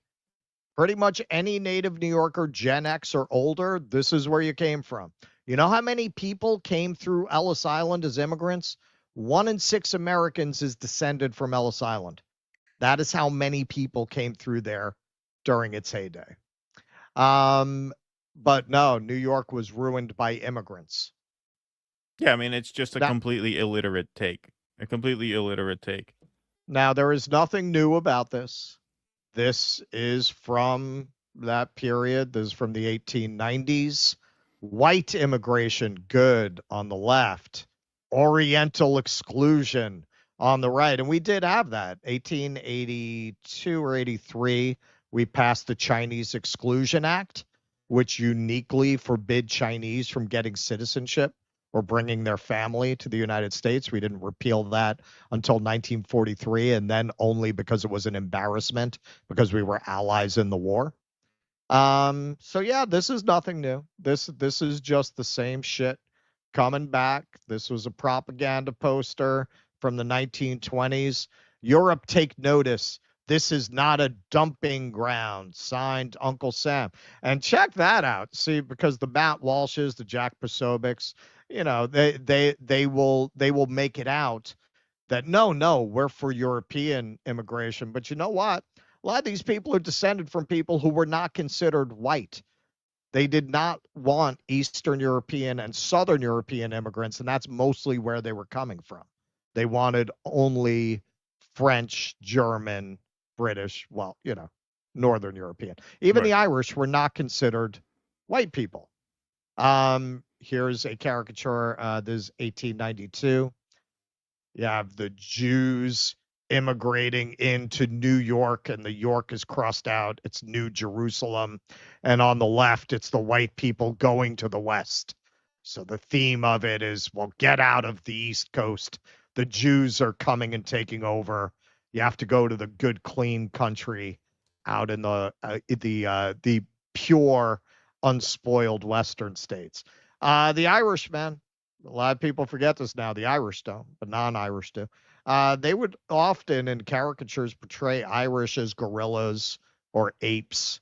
They were not considered white people. Italians, of course, the mafia. The mafia, they used to call them garlic eaters.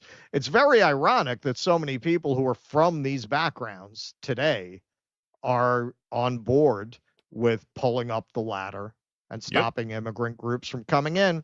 This was exactly the things that they are saying about Muslims, about Latinos. They have too many kids.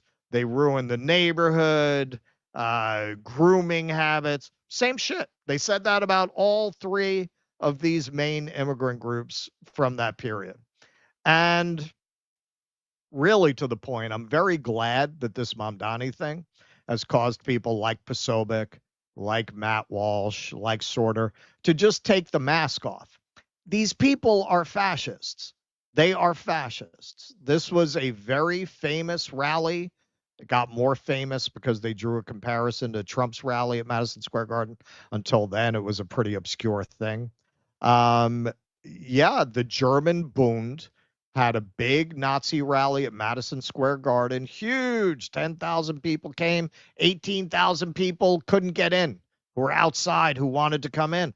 Their beliefs were very much what these guys are now openly saying. They don't want immigrants who are not white, really. I mean, in essence, that's what they're saying. They don't even want legal immigration.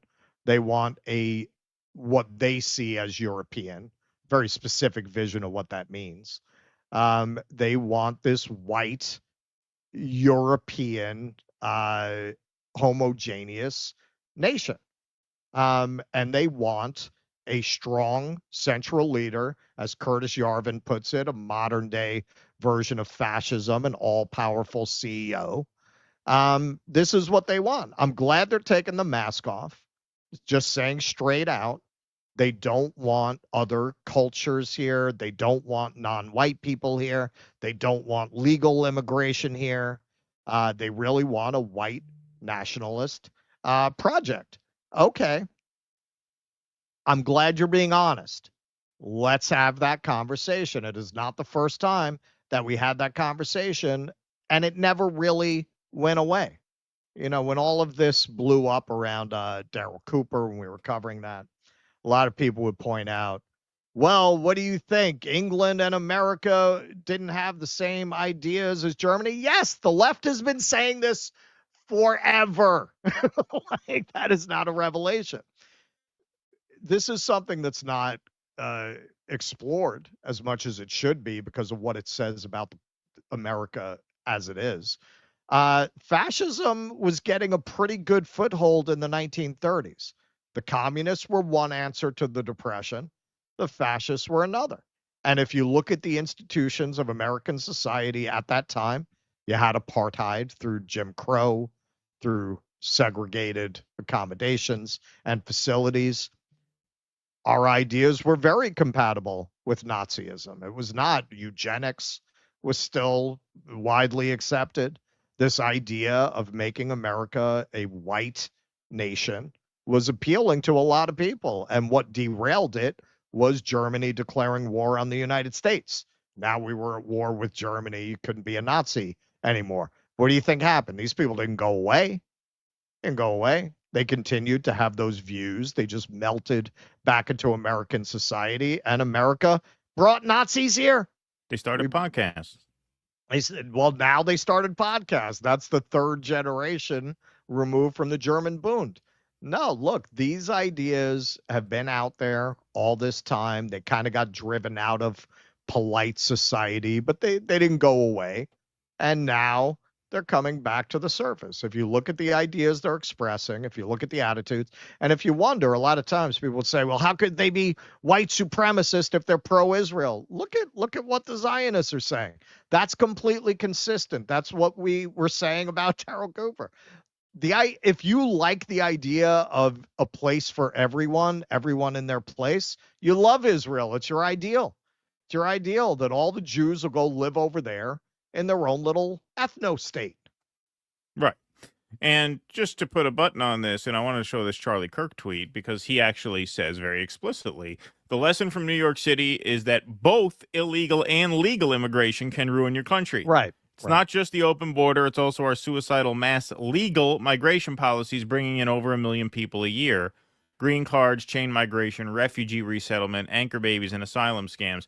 This all needs to be ended. Okay, so there it is. Cards are on the table. Thank you very much. Thank you. You know, yeah. Yep. I mean, that's pretty much putting it as clear as you can. All right. Let's see here. French Laundry says apparently the DoorDash CEO died. Will his family receive $2.50 in DoorDash credits for his inconvenience? That's interesting. I didn't know that. Didn't see that. I just got a DoorDash settlement. I got $400 Venmo'd to me. Did you? But, yeah, because there's Really? a class action suit about stealing tips and stuff. So yeah, because the period that it affected drivers was the period when I was driving full time. So I got a decent chunk of change. Interesting. David Giltman, thanks for the $5. I'm curious if Zohran supports Kshama's campaign to see if his loyalties are for a socialist movement or gaining power in the Democratic Party. Good question, David.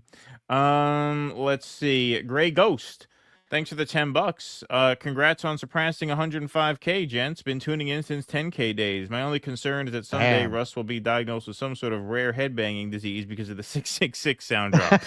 Well, thank you. And didn't you just become a patron, Gray Ghost? I just got that on my phone, so thank you for that. Speaking of 666, we're at 723 likes.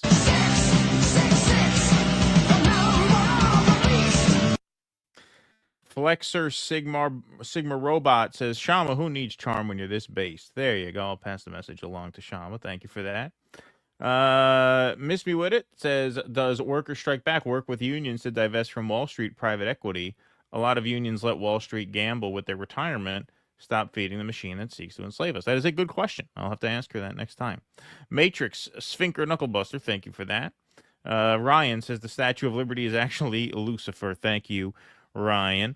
Let's see here. Oh, George says, hey guys. Oh, so I got that one already. Mark Pugliese says, just this morning, Margaret Kimberly said black people won't vote for a candidate if they think he's gonna lose.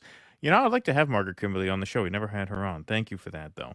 EO Shush, I'm the working class and the vast majority don't know shit about politics and the issues that actually affect their pocketbooks and vote on culture issues and vibes. Thank you, EO Shush. Honestly, I think a lot of it is that, like, people who are working don't have time to follow shit closely. They vote for who they've heard of. Right. You always see that in the polling where whoever's name people know. Well, that's why name ID is so big. Right. Yeah, of course. I think a lot of it is that. Killer Yitten says a clone army of Kshama Sawants would be unstoppable. Thank you. Kemen says, I love when you have Kshama on. She's like the third member of DD. Intelligent, based, and refreshingly profane. Yeah, she's gotten more profane since she started hanging around with us. I noticed that. She didn't used to curse so much. Yeah, we loosened her up. We've been a bad influence. How do you know Joy Reid is sincere? Did you have a body language expert? My Asperger's doesn't allow me to. Thank you, Eric. So. Vito says, to Laura Loomer, I send some friendly advice. Don't let the door hit you in the ass on the way out. Cancer sucks. You guys rock. Thanks, Vito. You rock, Vito. Appreciate that very much. All right, let's move on to the Democrat reactions to Zohran Mamdani, and then we got some more material on the day. Okay.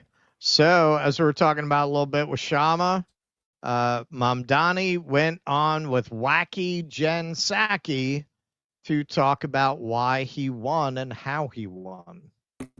It is part of a larger referendum on where our party goes. And I think one of the hopes that we had from the very beginning of this campaign was to move our political instinct from lecturing to listening. You know, at the national level, after the presidential election, we saw that New York was actually the state with the largest swing in the country towards Donald Trump, 11.5 points, and that swing took place far from the caricature of Trump voters, instead taking place in the hearts of immigrant New York City. And I went to those neighborhoods. I went to Fordham Road in the Bronx and Hillside Avenue in Queens, and I asked those New Yorkers, the vast majority of whom were Democrats, why they voted for Trump and what it would take to bring them back to the Democratic Party. And again, what I heard from them was cost of living, was an inability to afford the very things they recalled being able to purchase 4 years ago. And when they told me what it would take, they said again and again a relentless focus on an economic agenda. And ultimately, in listening to them, we built a campaign that was explicitly about making this city affordable. Okay, so that was his earliest ads were him going out into, I think, Jackson Heights and talking to people there about why they voted for Trump.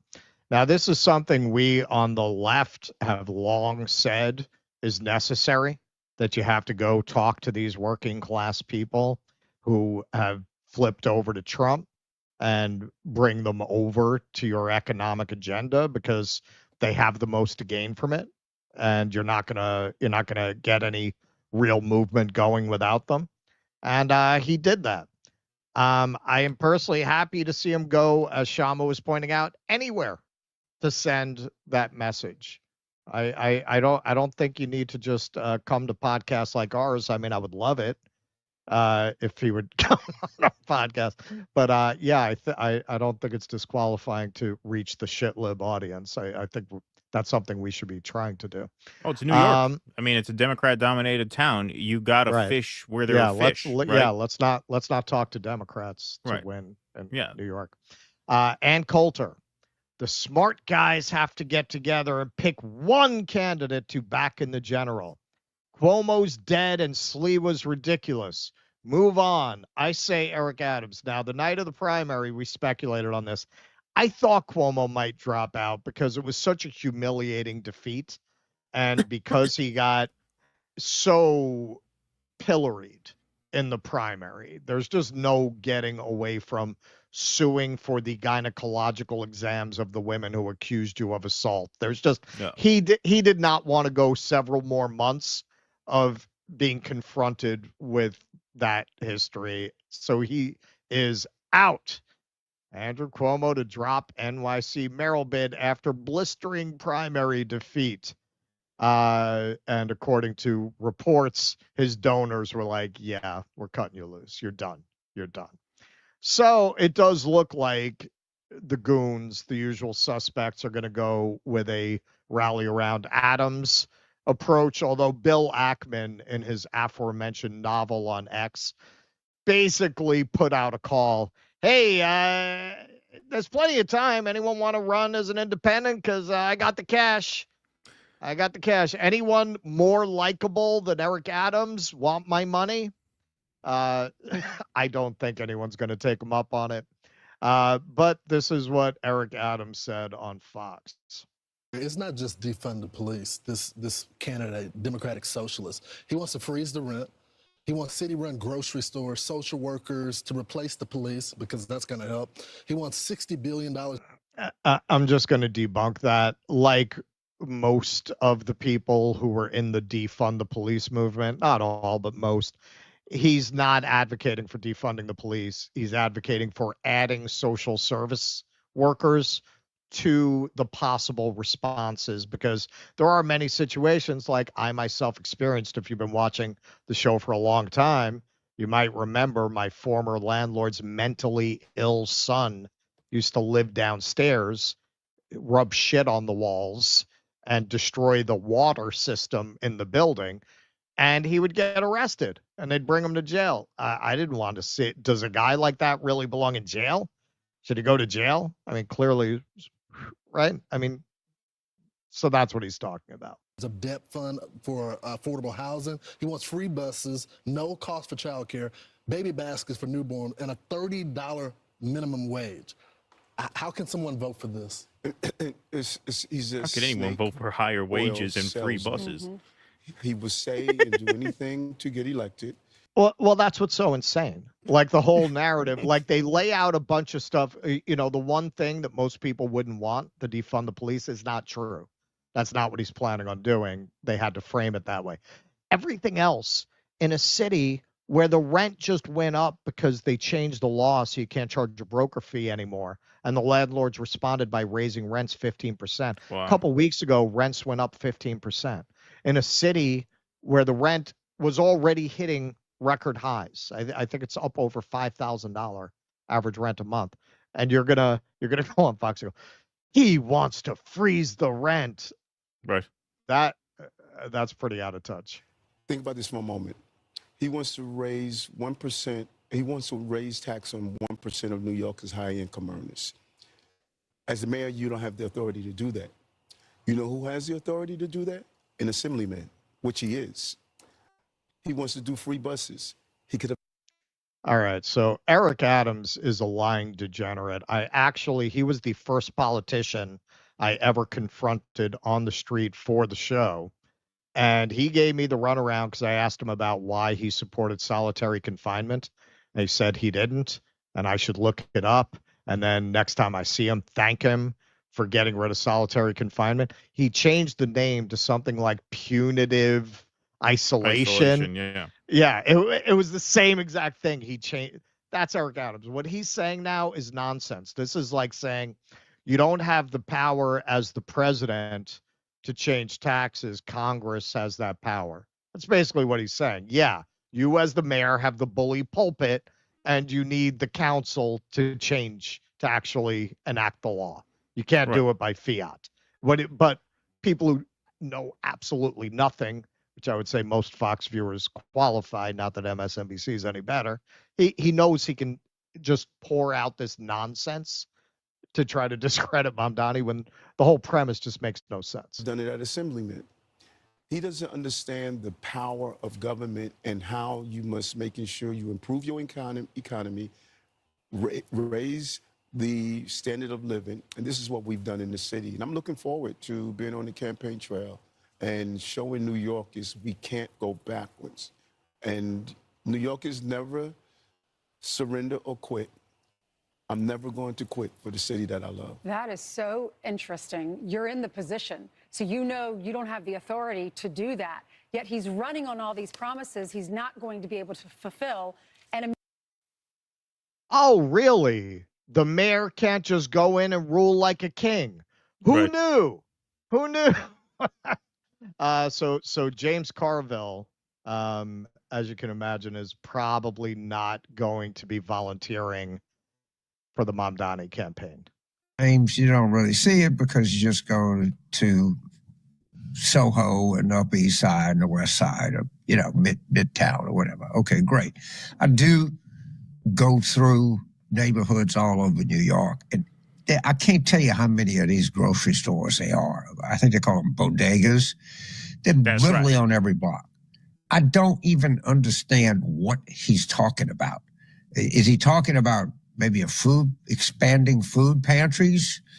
I don't know. I think they call them bodegas. They usually have a cat. That cat comes up on me. I kick that motherfucker. I hate those goddamn cats.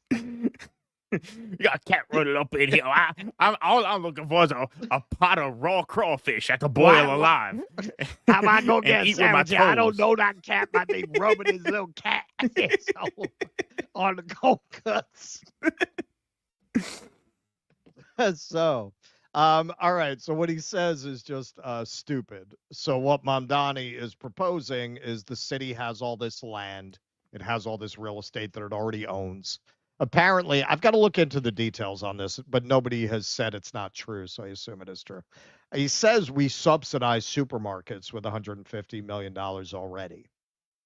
So he's saying he wants to take $60 million to subsidize public markets so you don't have any overhead, you don't have any rent going into the price of the groceries, and then you can sell the groceries directly through the store.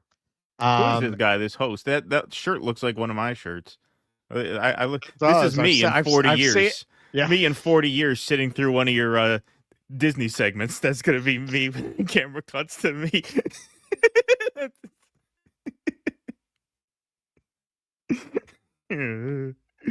This is how I spent my time on this earth. Yeah. Where did you mute yourself? You muted yourself. You must have hit the microphone by accident. Whoops. Yeah.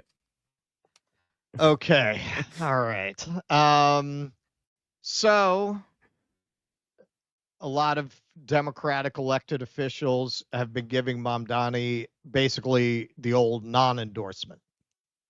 I have known, this is Chuck Schumer, I have known Zohran Mamdani since we worked together to provide debt relief for thousands of beleaguered taxi drivers and fought to stop a fracked gas plant in Astoria. He ran in, we have like natural gas that you could frack in Astoria.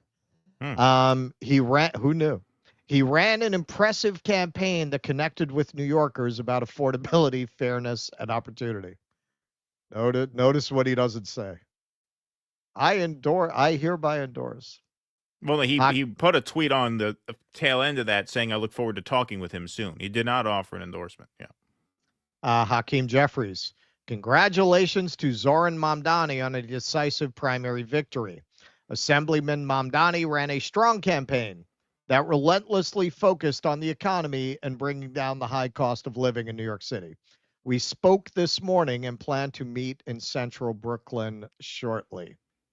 Okay. And Slick Willie, who endorsed Cuomo in, I gotta say, whoever approved that is guilty of political malpractice.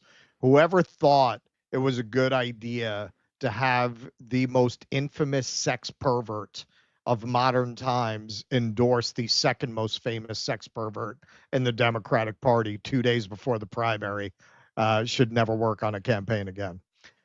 Congratulations, Zohran Mamdani, on your victory in yesterday's primary election and a well-run campaign. I'm wishing you much success in November and beyond as you work to bring New Yorkers together to tackle the city's challenges and shape a stronger, fairer future. And also, your wife is a hot piece of ass. I will say that right here, right now, and I don't care who hears it. Well, that's why you can't reply to his tweets. See, they're closed if you go back. Yeah, it says exactly. Only women who Bill has stuck his dick in can reply to his tweets. That's the rule. And Ken Klippenstein, Schumer, Jeffries, and now Bill Clinton have congratulated Zohran Mamdani on his victory. Obama has not. I gotta say, the more time goes by, the more you see that, like, Obama is really a petulant little bitch. Yeah, like he really doesn't. bad guy. He is really a piece of garbage. You know, he humiliated himself with lecturing the brothers on their misogyny. And, you know, people finally woke up to the fact that he's more of a liability than an asset to the party. And he took his ball and went home. Yeah. Yep. Pram Thacker pointed this out. Hakeem Jeffries and Chuck Schumer with synced up posts congratulating Zohran Mamdani, but neither explicitly endorse him. No, they did not. Kathy Hochul. Today, voters made their voices heard, demanding a more affordable, more livable New York City. I hear them loud and clear. Mamdani built a formidable grassroots coalition, and I look forward to speaking with him in the days ahead about his ideas on how to ensure a safe, affordable, and livable New York City. Notice what she didn't say. I endorse. Well, that's a non-endorsement. Saying I look forward to speaking with you is another way of saying I look forward to sitting you down and telling you what I need from you to give you an endorsement. And if you don't give it to me, I'm not endorsing you. That's what that means. Speaking to The Independent on Wednesday, Kirsten Gillibrand said she had a lovely call with Mamdani after his win, but similarly declined to offer her immediate endorsement. Quote, we talked about how he inspired voters to support him because of his laser-like focus on affordability, and I asked for a meeting to talk about some issues that I have that I want to talk through. Okay, so you're not actually going to tax our donors, right? Right. You're not going to do that, are you? So Hakeem Jeffries went on Morning Joe and was asked what he thought about Mamdani's policies. Curious what your thoughts are on him ideologically. Is that does he have an ideology that you would want your candidates in 2026 to have? Well, from the standpoint of House Democrats and what our focus has been, clearly we have an affordability crisis in the United States of America, and our focus will continue to be on driving down the high cost of living in this country. Donald Trump promised to lower costs on day one. Costs haven't gone down, they're going up. He's crashing the economy. In real time, his tariffs are going to impose thousands of dollars in additional cost on everyday Americans per year. And he may even be driving us toward a recession. It's the reason why Donald Trump has become so unpopular. It's because he's failed the country on the economy. And so our vision is going to be for an affordable America, work hard, play by the rules, live the good life, provide a comfortable living for yourself and for your family. That means being able to actually afford a home, educate your children, have access to health care, go on vacation with your children and your family every now and then, and of course, Joe, one day retire with grace and dignity. So about Mamdani, who's that? Yeah. And not to mention the fact, I mean, that's just an absurd series of platitudes coming from somebody whose campaign coffers are always overflowing with money for whom, with money from people for whom their interests are completely at odds with everything he just described. 100% for working people. And talk about lack of talent. Like Nancy Pelosi at least had a certain drunken crypt keeper on a bender kind of compelling interest about her.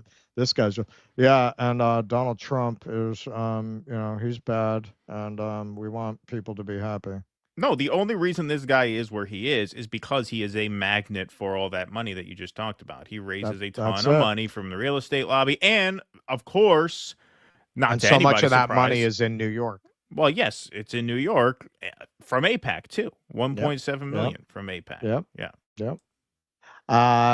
Okay, so this is interesting. This is a side of this I want to take a look at because I suspect over the next several months there's going to be a lot of debate about what you do with a guy like this who has a lot of the right opinions, who's leading in the mayor's race in New York City, who has a good chance of actually winning.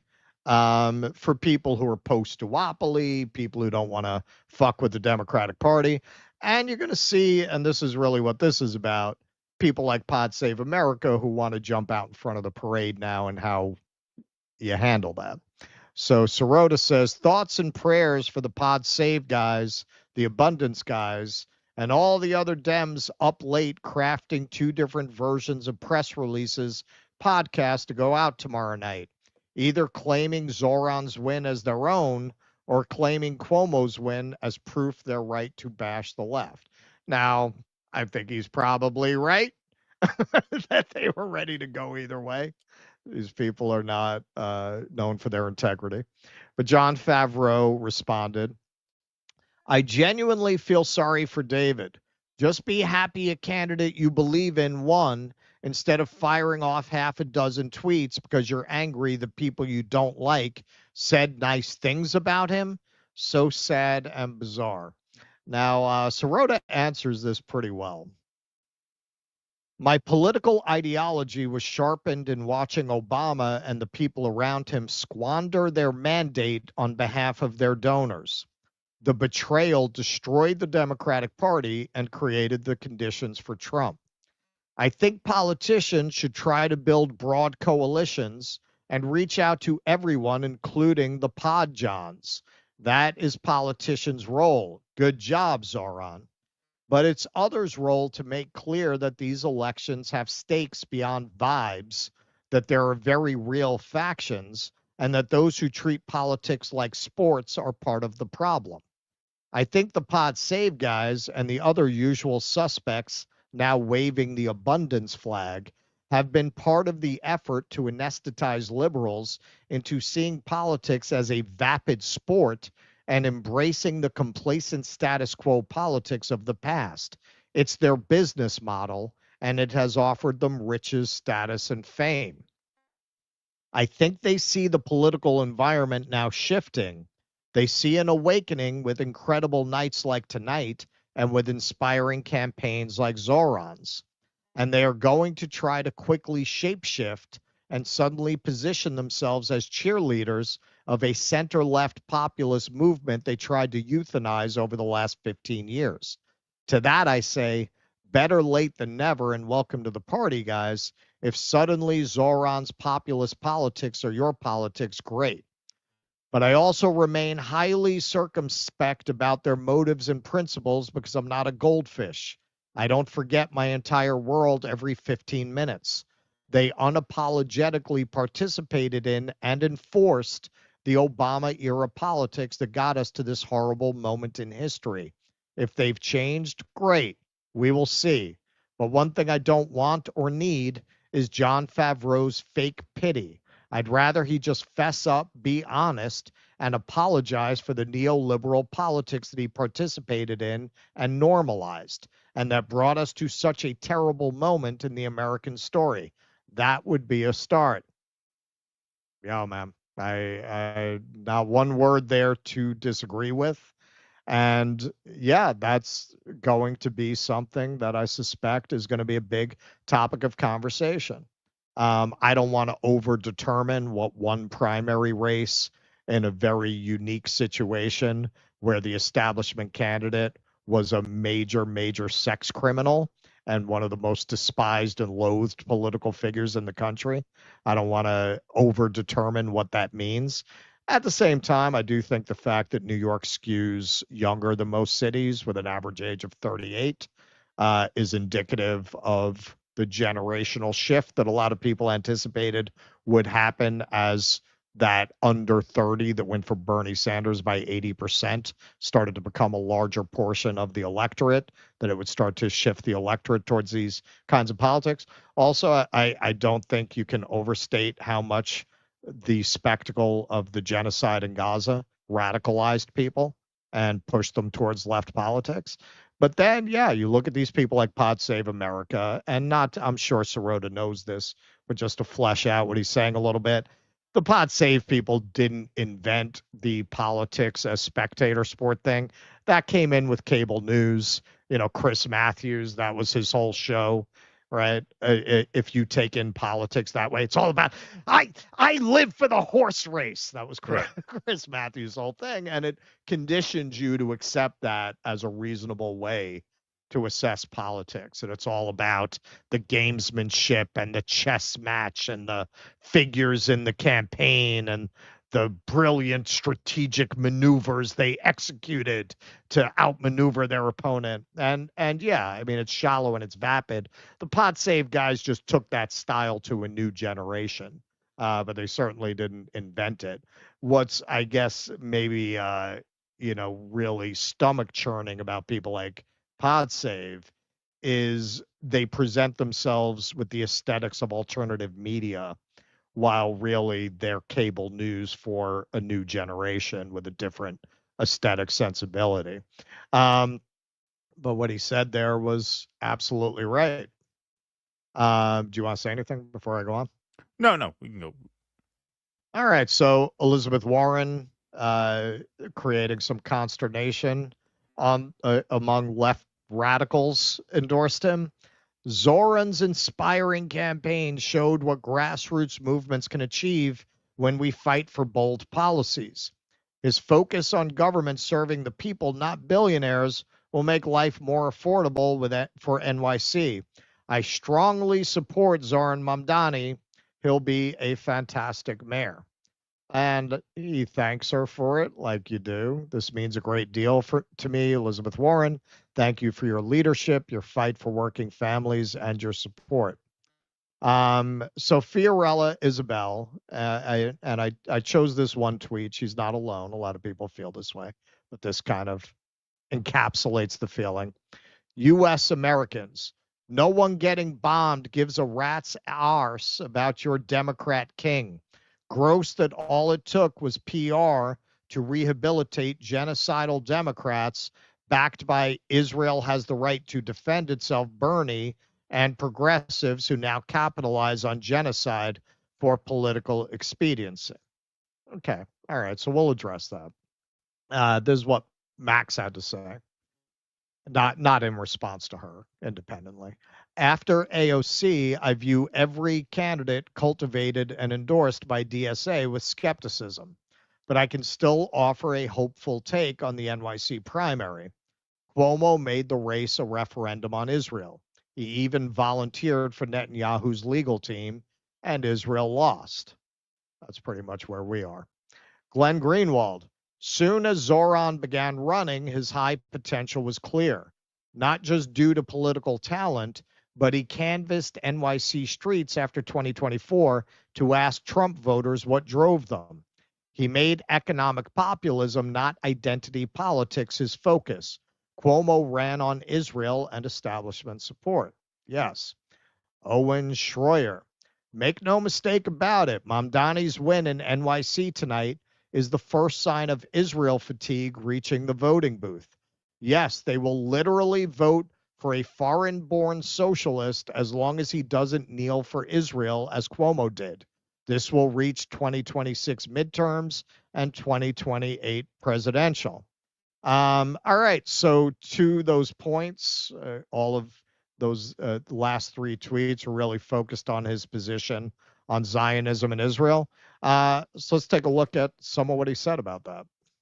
Mamdani, would you welcome Prime Minister Netanyahu to New York City for whatever he comes for, given the US is not a signatory to the ICC, so he can travel to the US, unlike a lot of other countries. Would a Mayor Mamdani welcome Benjamin Netanyahu to the city? No. As mayor, New York City would arrest Benjamin Netanyahu. This is a city that our values are in line with international law. It's time that our actions are also. Even though the US is not a signatory to the ICC? No, it's time that we actually step up and make clear what we are willing to do to showcase the leadership that is sorely missing in the federal administration. Okay. Matt Gates tweeted this out. Hey, if you're wondering how this guy won, and you know what? I think I might owe Matt Gates an apology because I covered him kind of flipping on Iran the other day, and some people were saying, no, he was being sarcastic. And indeed, he did go on and attack the Iran policy later on, so I might have gotten that wrong. But here is an ad that Mamdani put out. Now, this is very New York, but I think you'll get the drift of it even if you're not from here. Suffering from a crisis, and it's called halalflation. Today, we're going to get to the bottom of this. How much does a plate of halal cost right now from this truck? $10. $10. Chicken over rice, lamb over rice, $10. $10? Yeah. When you're a street vendor, you have to pay for the food, the plates. How much do you have to pay for your permit? Before it was 22K. 17,000. How much does a license cost if you get it from the city? I think 400. And who are you paying? The permit owner. You're not paying the city? No. You pay the permit owner $22,000 just so you can sell this food? Yes. And who is this? A random guy. Have you ever applied for a permit? Yeah, I'm applied and no come anything. It's long wait. Number 3,800 something. And after 2 years, you're number 3,800. Yes. These are the 4 bills that are sitting in the city council right now, which would give these vendors their own permits and make your halal more affordable. But Eric Adams hasn't said a single word about them. If you own the permit, then how much would you charge for the plate? $7. $8. $8. Would you rather pay $10 for a plate of halal or $8? $8. $8. I think $8 is the way to go. If I was the mayor, I'd be working with city council from day one to make halal $8 again. So, how would it taste? Tastes like $10, but it should be 8. Okay, so to explain for people who are not from here. All right, so New Yorkers haven't eaten that hot dog shit since like the 70s or 80s. Like we don't eat those. We used to like eat a hot dog for lunch. The very common cheap lunch for a New Yorker are those halal carts where you go, you get the chicken and rice plate. It's tasty, it's cheap. Before COVID, those were like $6. It was $6, a big plate of food.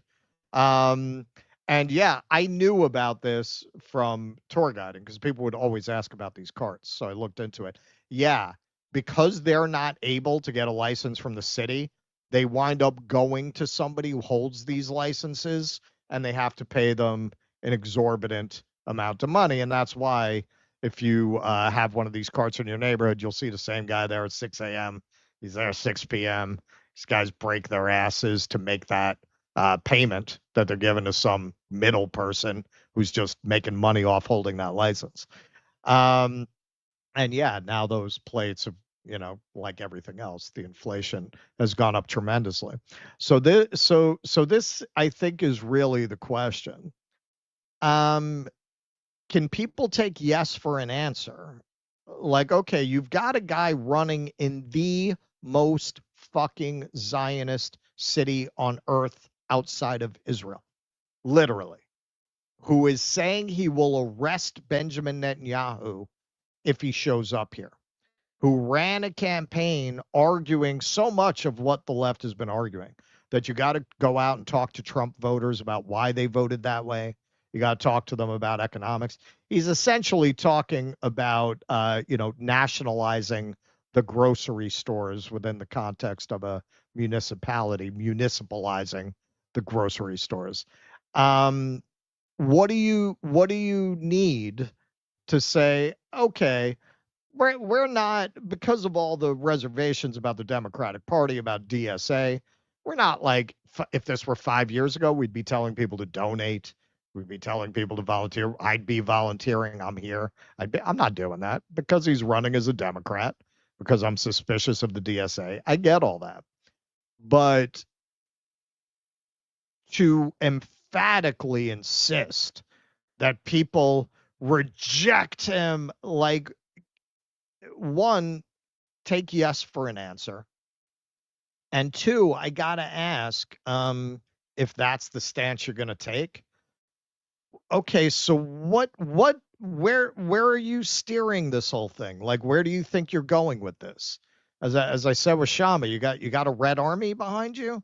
Like, you got an army? You're going to sweep City Hall tomorrow and install the new People's Republic of New York or wherever the fuck you live? Like, what are you steering people towards? Like, bitching online and you can all pat yourselves on the back about how pure you are, about how he went on Jen Psaki. I'm done with it. Come on, man. Come on. Like, yes, I cannot see I can't see ever again going out like I did for Bernie, like for a Democrat. I mean, who knows? Maybe things will change. The party will fall apart to the point that people like this dominate it more, and I would feel like I'd get involved. That's not happening anytime soon. So I don't see myself getting involved in any Democratic campaign in that way anytime soon. But to not take the win, and to the point you were making earlier, it's very demoralizing to people. You beat the Zionists on their home turf. Relish it. Celebrate it. That's something you should be using to inspire people instead of going right to, well, Elizabeth Warren likes him. Well, that tells you what you need to know. Come on, man. That's not a movement. That's a fan club. That's the people who are obsessed with who's going to play Iron Man. Like, you're reducing politics to that. Sorota's talking about reducing politics to a game. You're reducing politics to like what manga you like. You're reducing it to some kind of a niche bitch fest. And yeah, this is real. To Sorota's point, you're talking about real people's lives. Yo, man, if he actually did that with socializing grocery stores, I live in Harlem, man. That would make a big difference for a lot of people who live in Harlem. You go into a bodega now, man. A bacon, egg, and cheese. Last time I got one was like freaking $6.50. It was $3 before the pandemic. People can't afford that around here. So yeah, I can see that there's going to be a lot of that going on over the next few months. And I mean, that's my position on it, and I think we're together on that. Yeah, more or less. I mean, I don't really. I see it more as a referendum on Zionism. Zionist propaganda on billionaire influence. You know, I mean, the fact that you have so many scumbags, just about every Zionist scumbag from both major parties, Democrat, Republican, shitting their pants over this, is an indicator of the progress that we, as a broader movement, have made. And have fought very hard for. And have fought very hard for. So if you want to keep the momentum going, you have to tout that progress because that's how you grow it. You can't just dismiss it. Yes, he's running as a Democrat. There are major limitations to that. Major limitations to that. Part of one limitation to that is you can't tell Elizabeth Warren to go fuck herself when she endorses you. Like that's just not going to happen, right? And it's for that reason that, you know, I'm not telling anybody to donate. I wouldn't tell anybody to, go canvass or get involved because there are obviously major limitations. And yes, a better than 50-50 chance that he will under-deliver should he maneuver his way into office. To me, it's simply a matter of what Max said, which is the Israel lobby and their stooges in both major parties made this a referendum on the influence of the Israel lobby. And you can either beat them and be proud of having beat them, or you can beat them and pretend you didn't really beat them because he thanked Elizabeth Warren for endorsing him. Exactly. To me, that's just pretending that you didn't win anything because what? Because a guy running as a Democrat said thank you to another Democrat? Yeah, he's running as a Democrat. Would I rather he do what Kshama's doing? Yeah, of course. Of course, and if he did do what Kshama was doing, then I would put his link up on the screen, and I'd tell you to donate, and I'm going to fly out to Seattle and campaign for Kshama because she's running as an independent. I'm not going to do that for Mamdani. There are limitations as to what I will do for anyone. And he doesn't even have to fly. Right, exactly, yeah. I don't even have to fly to do it for Mamdani, but I won't. Like, there are limitations to how far this can go. Therefore, there are limitations to what investment I would make and advise other people to make when you're running inside the two-party system. And those limitations are very strict. And there's a very low ceiling as to what I would advise people to do. You know, if you're running outside the duopoly, it's a much different story.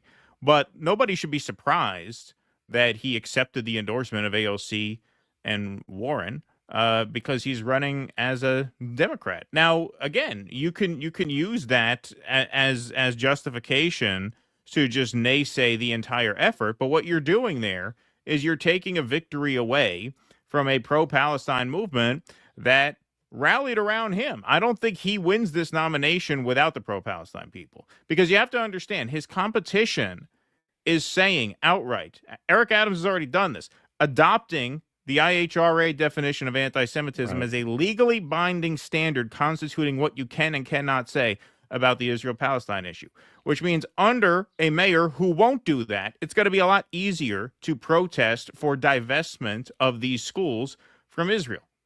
That is a very specific and significant difference, right? When it came to Kamala versus Trump, there was not a significant difference between them because they were both pro-genocide. Right. And so they were both just so far beyond the pale that you can't say there's no differences between Kamala and Donald Trump. My position is those differences did not matter big picture because you cannot vote to rubber stamp a genocide. That's not the case in this example. There has got to be something you won't vote for. Exactly. And in this example, there are plenty of meaningful differences between Eric Adams, Andrew Cuomo, and Zohran Mamdani. And to deny that is just to deny reality. It's as simple as that.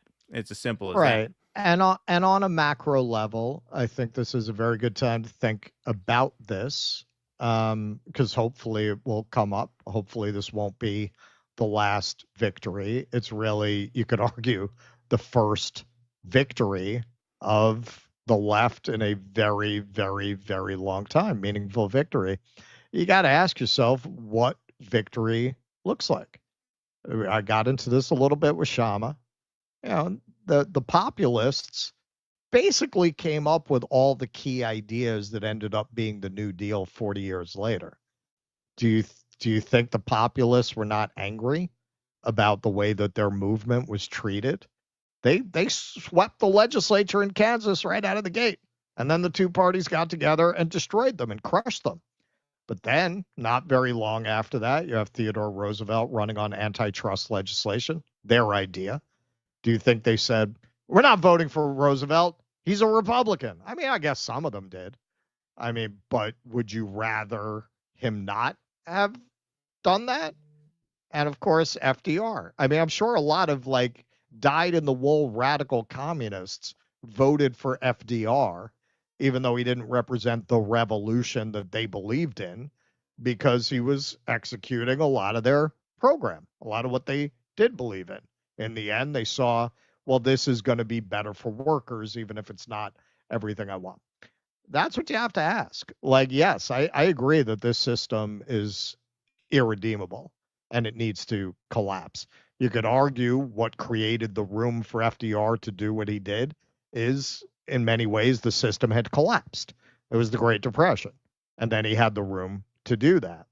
But do you just always take your ball and go home, even when you're getting what you want, even when your ideas have been adopted by an establishment candidate because they're an establishment candidate? Do you attack them? Do you pillory them? Again, like, we're not getting involved in the campaign because he's a Democrat. If he were an independent, we would. But to savage him for thanking people for endorsing him when you got this guy promising to arrest Benjamin Netanyahu in New York of all places, do you realize what kind of a victory that is? So yeah, man, take the win. That's our opinion, I think. Take the win. Don't demoralize people.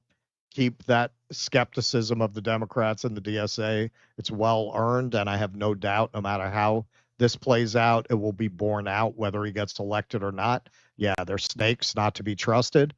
But take the win and think about what you're trying to accomplish. And really ask yourself, well, if somebody is going to execute a lot of policies that I care about, but I don't like who they run with, I don't like the party they're a part of, does that mean it's my job to make sure that Netanyahu's lawyer or some other goon like that gets elected? Like, what's the outcome there? What's the end game? And again, if your end game is revolution, okay, are you in a position to bring about that revolution now? Like, do you have the means to bring about this revolution? No? Okay. Well, then if you're not going to participate and you're not going to create a revolution, well, then you're just bitching online. That's well, it. what you got to That's do all is that also, is at that point. even beyond the campaign, troll the Zionists. Troll the Zionists. Yeah. They lost. Troll them. Yep.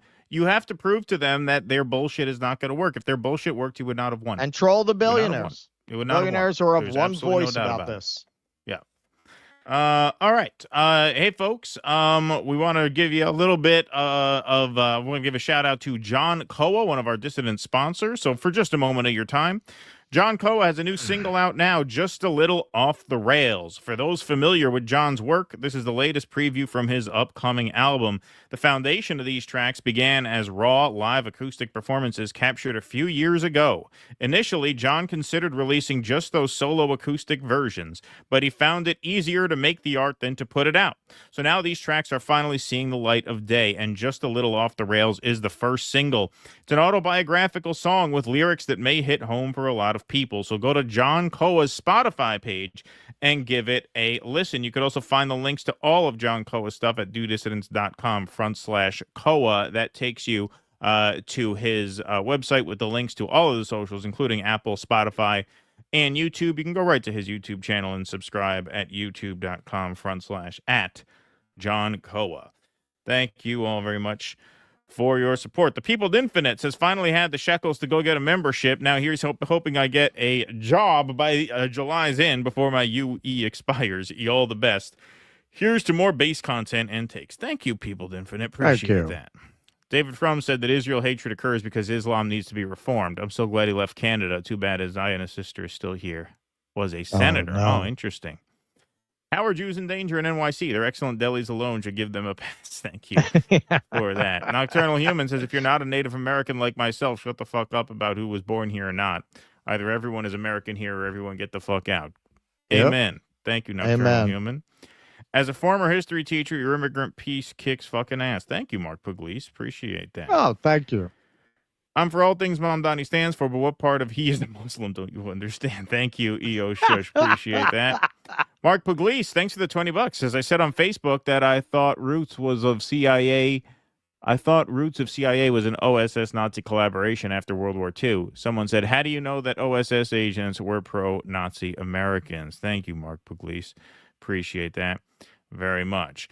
All righty, folks. Let's move on right along here to some foreign policy. Okay, so Donald Trump, fresh off of negotiating this great ceasefire for which he has been nominated by the great and honorable Buddy Carter for the Nobel Peace Prize, Donald Trump has now branded Netanyahu's corruption trial in Israel as a witch hunt and calls for it to be canceled. President Donald Trump has called for Israeli Prime Minister Benjamin Netanyahu's long-running corruption trial a witch hunt and called for it to be canceled. Such a witch hunt for a man who has given so much is unthinkable to me, Trump wrote in a post on Truth Social on Wednesday. He added that he had just learned Netanyahu had been summoned to court on Monday in the case which began in 2020. Netanyahu's already missed multiple court dates because of the wartime activities. So this is the full truth, which I think is worth reading. Breaking news. I was shocked to hear that the state of Israel, which has just had one of its greatest moments in history and is strongly led by Bibi Netanyahu, is continuing its ridiculous witch hunt against their great wartime prime minister. Bibi and I just went through hell together, fighting a very tough and brilliant longtime enemy of Israel, Iran, and Bibi could not have been better, sharper, or stronger in his love for the incredible Holy Land. Anybody else would have suffered losses, embarrassment, and chaos. Bibi Netanyahu was a warrior, like perhaps no other warrior in the history of Israel, and the result was something that nobody thought was possible, a complete elimination of potentially one of the biggest and most powerful nuclear weapons anywhere in the world, which again has been disputed multiple times. They're now going to war with the press and their own Department of Defense actually over that. And it was going to happen soon. We were fighting literally for there was some redundancy there. Survival. For the survival of Israel. And there is nobody in Israel's history that fought harder or more competently than Bibi Netanyahu. Despite all of this, I just learned that Bibi has been summoned to court on Monday for the continuation of this long-running. He has been going through this horror show since May of 2020. Unheard of. This is the first time a sitting Israeli prime minister has ever been on trial. Politically motivated case. I mean, this is the rantings of a madman concerning cigars, a Bugs Bunny doll, and numerous other unfair charges in order to do him great harm. The charges are like bribery, so he accepted gifts and shit. I guess that's where, I don't know why they give him a Bugs Bunny doll, but maybe for his kid. Such a witch hunt for a man who has given so much is unthinkable to me. He deserves much better than this, and so does the state of Israel. Bibi Netanyahu's trial should be canceled immediately, or a pardon given to a great hero who has done so much for the state. Perhaps there is no one that I know who could have worked in better harmony with the President of the United States, me, yes, we know, we understand that, than Bibi Netanyahu. All of that. From the President of the United States, me, than Bibi Netanyahu. It was the United States of America that saved Israel, and now this is going to be the United States of America that saves Bibi Netanyahu. This travesty of justice, quote unquote, cannot be allowed. So George Galloway's take on this. Miriam, I wrote it. Take it out of my ass. Yeah, right, exactly. Yeah. Please. I got to sit for a long time later on Air Force One. That's right. George Galloway says the long, incoherent pronunciamento, I like that word, by Donald Trump tonight, hailing Netanyahu in ludicrous, exaggerated terms, is disturbing on multiple levels. In ordering the Israeli courts to drop the charges against him or pardon him, Trump is making stronger my thesis that Israel is part of the U.S. and directed by it. It greatly strengthens suspicion that Trump has been compromised by Netanyahu, or it could just be that Trump is as mad as a box of frogs. Well, that's a given. That's a given. Gerald Celente, Trump, the U.S. just saved Israel from Iran, and we must save Prime Minister Benjamin Netanyahu from Israel. Reminder, Netanyahu slept in Jared Kushner's boyhood bedroom in New Jersey, USA. And Adam, the Israelis want to put Netanyahu on trial, but Trump doesn't. Trump was on that fucking island. Yes, that is a common take. But there is another angle that I want to float here, too. And I think both are actually a big part of this. Netanyahu is facing charges of fraud, breach of trust, and accepting bribes in 3 separate cases. Prosecutors have alleged that he exchanged regulatory favors with media owners in Israel seeking positive press coverage. He has also been accused of accepting gifts, including cigars and champagne, in exchange for advancing the personal interest of Hollywood producer Arnon Milchan and Australian billionaire James Packer. Prosecutors say these were worth hundreds of thousands of shekels. Netanyahu, Israel's longest-serving prime minister and the first sitting Israeli leader to have taken the stand as a criminal defendant, has roundly denied the allegations against him, similarly branding them a witch hunt. A verdict isn't expected until 2026 at the earliest, while Netanyahu will also have the option to appeal to the Supreme Court. So you see, he's dragging this process out just like he's dragging out the genocide in Gaza, just like they're trying to get this war with Iran really cooking. They came damn close. I think you'd be a goddamn fool to think that they're just going to give up now that we've struck their nuclear facilities, because despite the rantings and bravado of Trump and Hegseth et al., the reporting seems very credible that they did a lot less damage to the Iranian nuclear program than they're claiming they did. Which means, although I will say the Israelis, it seems, have kind of covered up how bad the attacks on them were.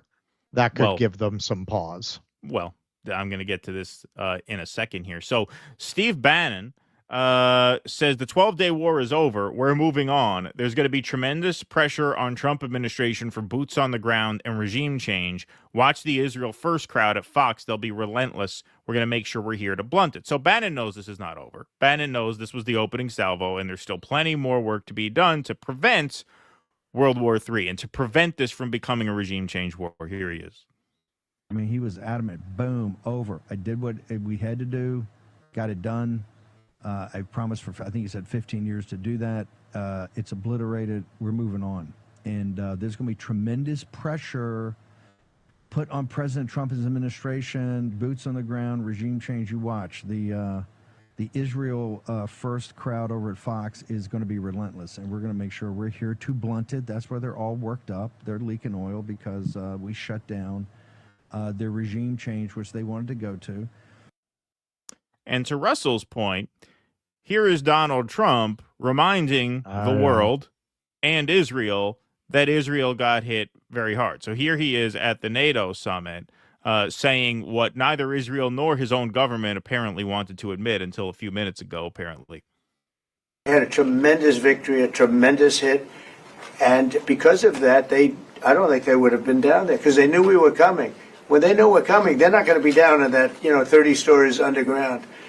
So, no, I think it was just a tremendous victory for everybody, including Iran. Look, they've got a country, and they've got oil, and they're very smart people, and they can come back. Israel got hit very hard, especially the last couple of days. Israel was hit really hard. Those ballistic missiles, boy, they took out a lot of buildings. Yeah, now there's talk of finalizing a deal to end the Gaza war. There's been rumblings about that online today. I've not seen official reporting. I think Donald Trump wants these wars to be wrapped up. I don't think he wants to drag the country into World War III. I think because they do have dirt on him, because he is an agent of them, because they have him by the balls at the end of the day, he will do what he has to for Israel. But I think he's trying to create some room for Netanyahu to wrap things up, which would include getting those charges dropped, because we've said from the beginning, Netanyahu is incentivized to keep fighting by the fact that there are these criminal charges he is facing. He has used the genocide in Gaza and the conflict with Iran as pretext to skip court dates and delay and stonewall and stall.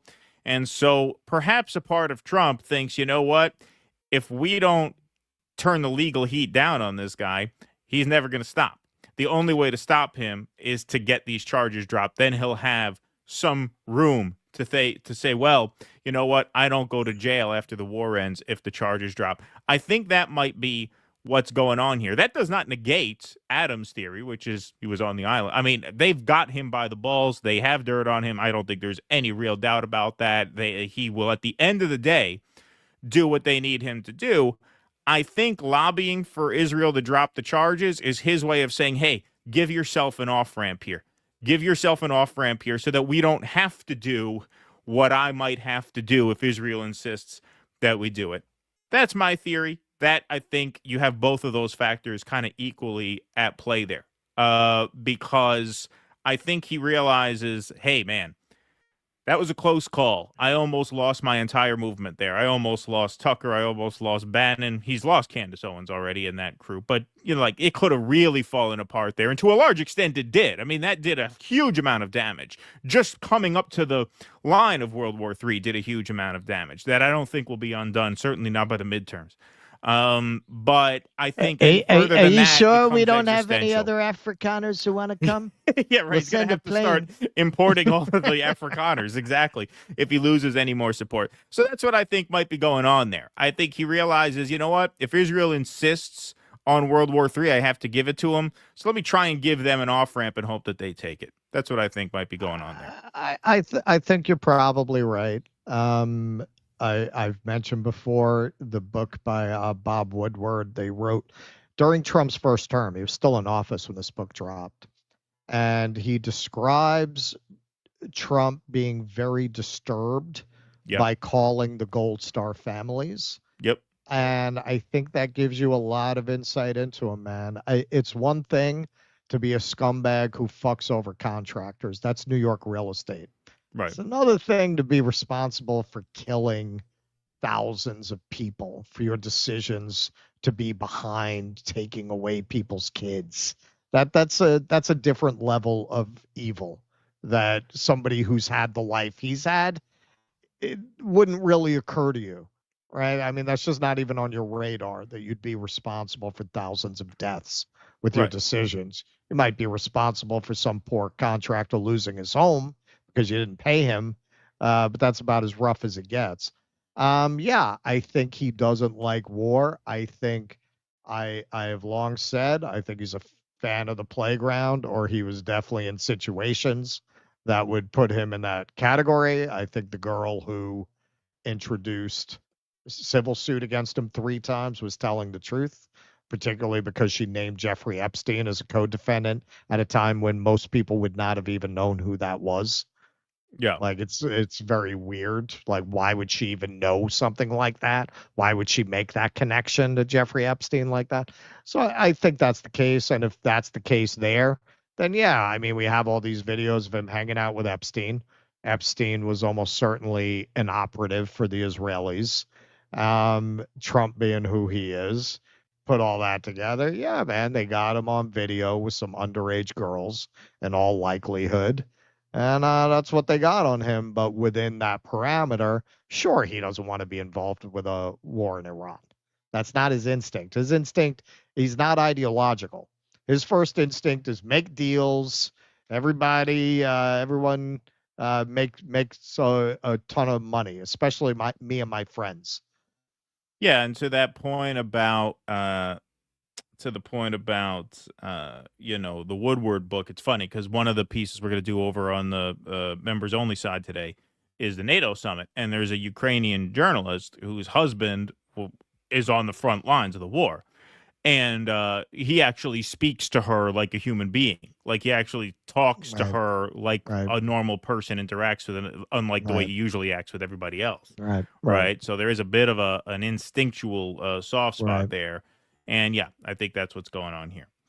Javier says, first you prime it, then you fuck it.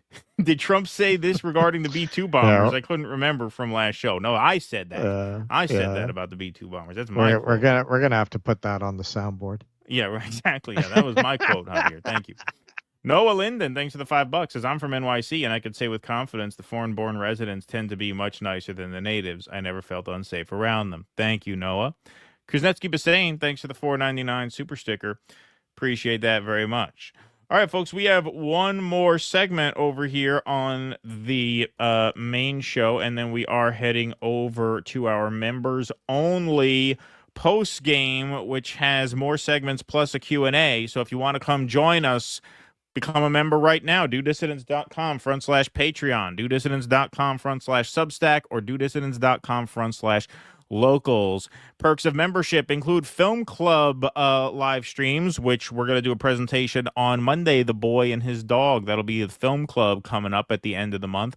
We also get your name up in lights here on the patron scroll. You also get call-in access to Q&As every Sunday night after the main show on Rumble. You get full ad-free replays of every live stream emailed to you the day after they air. So if you miss a show or you only catch part of it live and you don't want to watch it back with ad interruptions, you can watch it at that private link that gets sent to you ad-free the day after it airs, if you're a paid member. And you also get access to once a month patron post games, member only bonus content plus Q&A. That is coming up today. So if you sign up right now and you check the most recent post, you can head over to the members only room. We have 55 of you guys over there already, so that's great to see. You see I got a nice chat going over in the members only room, and we will do additional segments, plus we will take your calls. So your membership is what keeps this show afloat. We could not do it without our members, so we try to give you as much as we can to make it as worthwhile as we possibly can for you guys. Thank you all very much for your support. The links are right there on the screen. Sign up now, and we'll see you for the post-show, post-game coming up very, very shortly after one final segment. China Shill says John Podoritz's father, Norman, once wrote an article with some not-so-choice words for black people, something about our problem. I won't say that for YouTube just in case. I wonder if John internalized that at all. Yeah, he's a piece of shit. He's a scumbag. Hamhawk30, thanks for the $5. Also knew that Statue of Liberty was an isolationist bitch. Can't fool me with nice words. Thank you for that. Appreciate that, Hamhawk. Stoop Sign says, Carville, send this Muslim alligator Alcatraz so he can learn to stay in his place. Swampland with the rest of the shrimps down in the bayou. Thank you. John M. in Minnesota. And then there's this on X from New York City finance guy Carlos Abadi. Zohran, be advised that if you globalize the Intifada, we will have to reluctantly globalize the Nakba. Wow. Interesting. Mad Wolf, you guys should have Richard Medhurst on the show. Just an idea. Yes, we should. Raven Laz, Mamdani has connections with Peter Thiel. Nick did a good job on it with Kshama yesterday. He takes PAC donations. Yes, he's anti-Zion. His views are refreshing, but we should stay very skeptical. Yeah, I'm not against any of that. And I got to look into the Thiel thing. I had not heard that. I will look into it. And like I said, I don't feel like there's an endorsement I need to retract. I'm just saying, you know, between him and Netanyahu's lawyer, it's an easy choice. That's all. I mean, yeah, I think that's an easy one. Look, we are definitely going to produce some very cool on-the-ground coverage, given that I'm here with a press pass for this very uniquely interesting race. And, man, I'll ask him some of those questions if I get the chance. Yeah, and look, if he fucks you over, if he starts waffling, then don't vote for him. Like, you should hold him to a very high standard. You know, you should definitely put maximum pressure on him. Yeah. Look, man, we're never going to be doing the Bernie thing again. Never. Okay, what do we got here? Kevin G, it's unclear about something. They say Bibi slept in Jared's room in the U.S. Wasn't there a guest room? Kushner's dad was a billionaire. Sounds bogus. Interesting. China Shill says leftists are so used to taking L's they can't even treat a dub. They even treat a W as an L. Just take the goddamn dub. Thanks, China Shill. Yeah. China knows that's a genuine China Shill saying. That's a China Shill. All right. Offended by Russell's comment from Tuesday. I find spending weekends alone eating cheese puffs, rewatching Pasobik at the Trump parade, and raging about socialist Muslims a very fulfilling lifestyle. Thank you.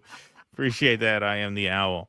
All right, folks. One more segment, and then we're going to the post game. All right. So, Joy Reid is not on MSNBC anymore, but apparently she's got a contributor gig at CNN, and this segment kind of went off the rails in very unexpected fashion, because we've always known Joy Reid to essentially toe the party line on matters of war and imperialism. Yeah, she spoke up for Gaza a little bit on prime time, about as much as she was allowed to, or so she thought. Perhaps even that was too much. But, we pay close attention to the space. Joy Reid is no radical, but she kind of sounds like one here. So here, Reid, why did the Iran hostage crisis take place? Here she kind of red pills the panel here, who are kind of taken aback by what she has to say. States plays an important role in the world. I am thrilled that the United States is trying to police the proliferation of nuclear weapons. Imagine what the world would look like if it was otherwise. And I think that takes us away our moral voice. Would still be the only country that has ever bombed another country with nuclear weapons. And let me ask you one question. Why did the Iran hostage crisis take place?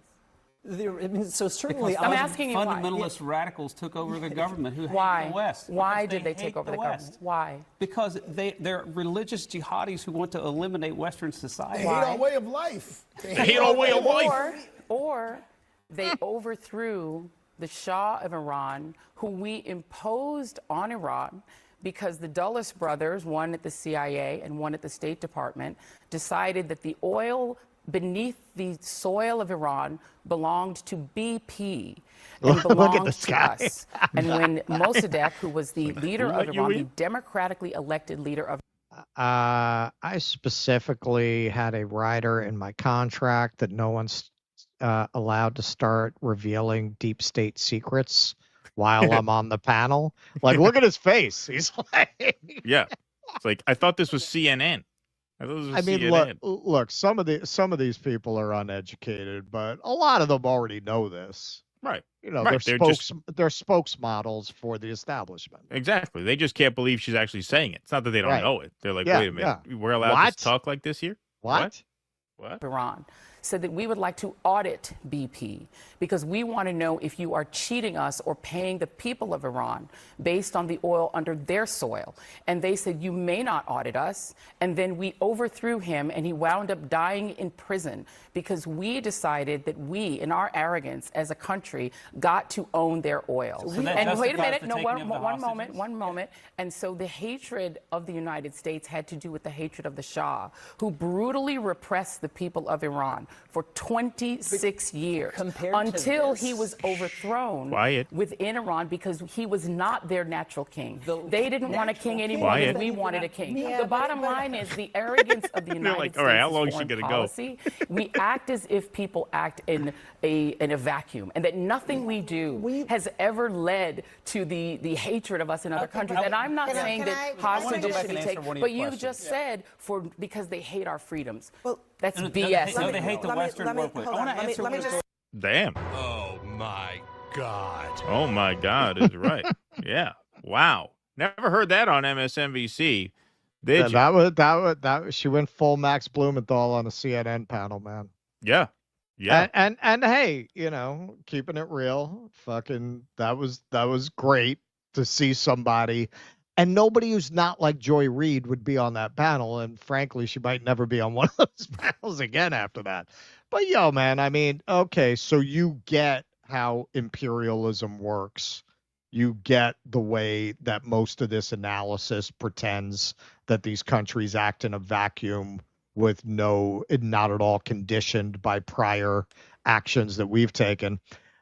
You did plenty of hours on MSNBC towing those lines. Well, of course. That's why she's on this panel, because they would never have expected her to say something like that. Right. It came out of nowhere. So just to put a little bit of meat on the bones of what she said, not that it needs much here. Hashim Matusi says, you ever wonder why the U.S. is so obsessed with Iran, why we've been on the brink of war for decades? It all traces back to one coup in 1953, a story most people in the U.S. were never taught. But once you know what really went down, everything else falls into place. On August 19th, 1953, Iran's experiment with democracy was violently terminated. The United States, through the CIA and the United Kingdom via MI6, orchestrated a covert operation, Operation Ajax, to overthrow the Prime Minister Mohammad Mossadegh. Why? Because he dared to nationalize Iran's oil industry, challenging the profits and control of the Anglo-Iranian oil company known as BP. Mossadegh wasn't a revolutionary socialist or even particularly radical. He was just about democracy. Interesting. A secular nationalist with overwhelming popular support, he embodied Iran's desire for sovereignty. But in the eyes of the West, that sovereignty threatened economic domination. And so, with the Shah's complicity and CIA field agents on the ground, a violent coup ensued. What followed was not only the installation of an authoritarian monarch, but also the beginning of a long, tangled history of U.S. imperial involvement in the Middle East. The coup became a model for future interventions in Latin America, Southeast Asia, and beyond. It taught the U.S. ruling class that if a democratically elected government gets in the way of profits, it can be dealt with. For Iranians, the betrayal was unforgettable. It is remembered as the moment the West chose oil over justice, capital over freedom, and empire over self-determination. And the aftershocks are still felt. Every drone strike, every sanction, every threat or act of war carries the echo of that fateful day in 1953. That thread goes into a lot further detail, so I recommend you check that out at M2CT, M-T-E-U-Z-I. Check that thread out. It's pretty great. It's pretty well done. We're not going to read the whole thing. It is quite long, but that gives you a sense. So for some Twitter reactions to Joy Reid, I very much prefer this awesome Joy Reid to the one that hosted body language experts to divine how Bernie Sanders' posture meant he was racist. There you go. Matt Lieb says, Joy Reid, I was not familiar with your game. And Nick Cruz from RBN says, Joy-Ann Reid is on CNN strongly pushing back on U.S. bombing Iran. She scolds the entire panel and CNN for framing the U.S. just casually breaking international law and bombing a country who didn't attack us as normal. Where the hell was this anti-war attitude when she was hosting MSNBC? Well, exactly. And then with this shows, I mean, it's kind of interesting because on the one hand, you like to see it. On the other hand, it does speak to a deficiency in her character that she clearly knew better. She clearly knew more than she let on for all those years that she was hosting at MSNBC, because that kind of monologue doesn't just come out of nowhere. You don't learn that an hour before you go on and give it. That's the kind of general knowledge that you either have in your pocket or you don't. And yeah, you never saw anything remotely resembling that on MSNBC. Perhaps this is why. So she gave an interview to the Breakfast Club in which she explains that she feels her coverage on Gaza, which was hardly radical. We did a couple segments, you know, she would tiptoe in the direction of, you know, Palestinian rights and anti-occupation on occasion, very meekly. But she thinks that that may have been a difference maker. Breakfast Club do not like their videos being shared, so we are sharing the audio only for this. Get away from the fact that talking about Gaza in a way that humanizes Palestinians is not the usual way that cable news operates or that any news in this country operates. For whatever reason, that topic makes people uncomfortable. And it doesn't make regular folks uncomfortable because I think the majority of Americans agree that what's happening there is not just a genocide, but is unconscionable for us to participate in. I think most... She didn't say genocide on MSNBC. Notice she didn't go there on MSNBC. Now she went there. Americans believe that, agree with that. But there was a discomfort with that topic that I saw in the policing of my social media, in requests to not like certain things on social media. Just there was a sense that topic, it makes people uncomfortable. Saying you want to see innocent men, women, and children not be killed shouldn't make anybody uncomfortable. It shouldn't. It didn't with Rwanda. When the Hutu and the Tutsi were slaughtering each other, we very easily in the media said that was a genocide, right? I mean... Right, that was black people slaughtering black people. You're allowed to condemn that. White people killing brown people, it's a little more complicated. She goes on to use the Ukraine White example. people from a client state. Right. If you look at what Russia is doing to Ukraine, when they bomb a school or a hospital or a music school, that is reported as barbaric. It's reported as... Well, that's white on white violence. And in a historical lens, communist versus capitalist violence, which doesn't exactly hold nowadays, but the specter of that argument still is relevant. Genocidal. When they're stealing Ukrainian children and kidnapping them to Russia, there's moral clarity from the media, and there's no hesitation to say that what Russia is doing is evil. But when it comes to what's happening to the people in Gaza, number one, it isn't talked about that much on U.S. media. If you go overseas, it's on a lot more. And then number two, the way it's spoken about is, I don't know, maybe it's like when a friend is doing something wrong, you don't want to talk about them. You don't want to say anything negative. But there is a hesitation. I definitely think that's a thing in American media. Apparently, in your case, that may have been what the difference was. It certainly registered with her enough to the point where she didn't talk like that on MSNBC. She never talked like that. She never called it a genocide on MSNBC. She reveals in that exchange that they were monitoring her social media activity. Hey, don't like this post. Don't do that. I mean, you work for these companies. When they throw that kind of money at you, they expect you to cooperate with them. You know, that's Right. not like having a podcast where, you know, yeah, we log on, we log off, and then we kind of do our thing. No, they own a piece of your ass when they throw that kind of money at you and they put you on their airwaves, you know, and they expect you to respect that. And from what we could tell on MSNBC, she didn't exactly step on any toes. From what we had, like, she didn't go off on a Phil Donahue type rant. Maybe they No, but saw, you know what, got this is going to be a problem, so we better nip it in the bud. That seems to be what happened. well, they got rid of everybody who had anything to say about that, right? They got rid of Mehdi Hassan, Mehdi who was Hassan, yeah. who was the other guy. I forget the other guy's name. They They took got- him off of the show. I think he still is a contributor. Yeah, but but purged all basic- the Muslims after October 7th, basically. They purged all the Muslims, and that shows you how far all their identity politics bullshit goes, how superficial all of that is, how much they use that just as a shield for ideological conformity. Yeah, we always knew with her that she probably knew better. Look, with Rachel Maddow, definitely knows better. That's why I find her one of the most disgusting, contemptible people in the media, to the point of really being sociopathic.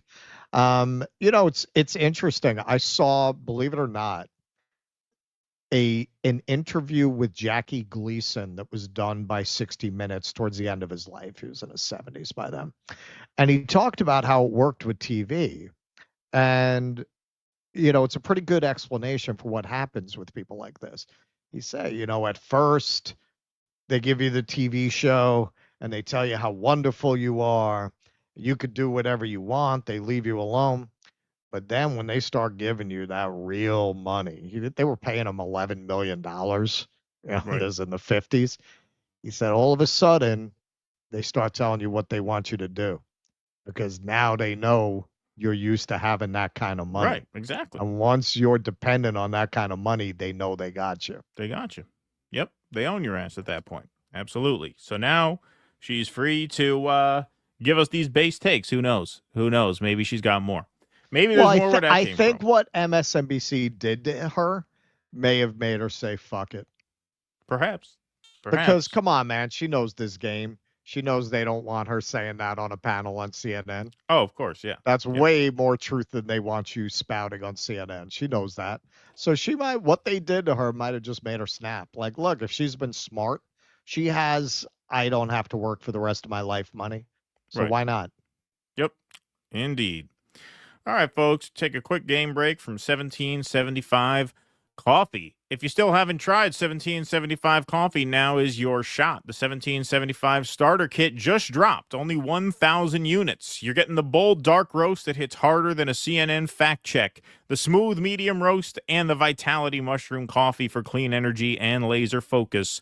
No crash, all single origin, small batch, toxin free, and mold free. Plus, you're also getting a gold spoon clip because freedom isn't scooped with plastic. A frother strong enough to stir up your coffee and your mother-in-law's political opinions. And, of course, a black 1775 tumbler that says, I don't take life advice or caffeine from a woke sea witch. $170 worth of coffee and gear, yours for just $99. This is a limited edition set for those who have been watching 1775 blow up on Rumble, wondering if it's actually worth it. Spoiler, it is. It comes well reviewed by all the dissidents who have tried it, so they can vouch for that. Go to 1775coffee.com/studio and grab your starter kit before they're gone. Bold beans, clean fuel, and a morning routine that stands for something, just like Rumble. So start your day with coffee that actually backs what you believe. All righty. There we go. What happened? Fucking woke sea witch bitches.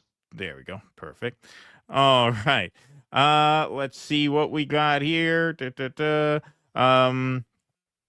Mark Pugliese says, if Joy Reid goes out that way, I'll stop hating her guts. Thank you, Mark Pugliese. Appreciate that. very much. Over on the YouTube, we got, what do we got over on YouTube? Brad Gilbert says, Joy Reid speaking the truth. Goddamn hell froze over. Thank you, Brad Gilbert. Appreciate that very much. And Gulnara Marchese, thank you for the $20 super sticker. Appreciate that very much. All right, folks, last call to come join the Cool Kids Club. Go to dudissidents.locals.com if you want to hang out with us for the post game. We got some more content, and we will take your calls after this 5-minute intermission. For the rest of you lamos, we'll see you. For the rest of you freeloaders, we'll see you on Sunday night at 7 p.m. Eastern. Until then, that's all we got on the main show today. Thanks very much for joining. Be safe and be well. Courage! Please clap.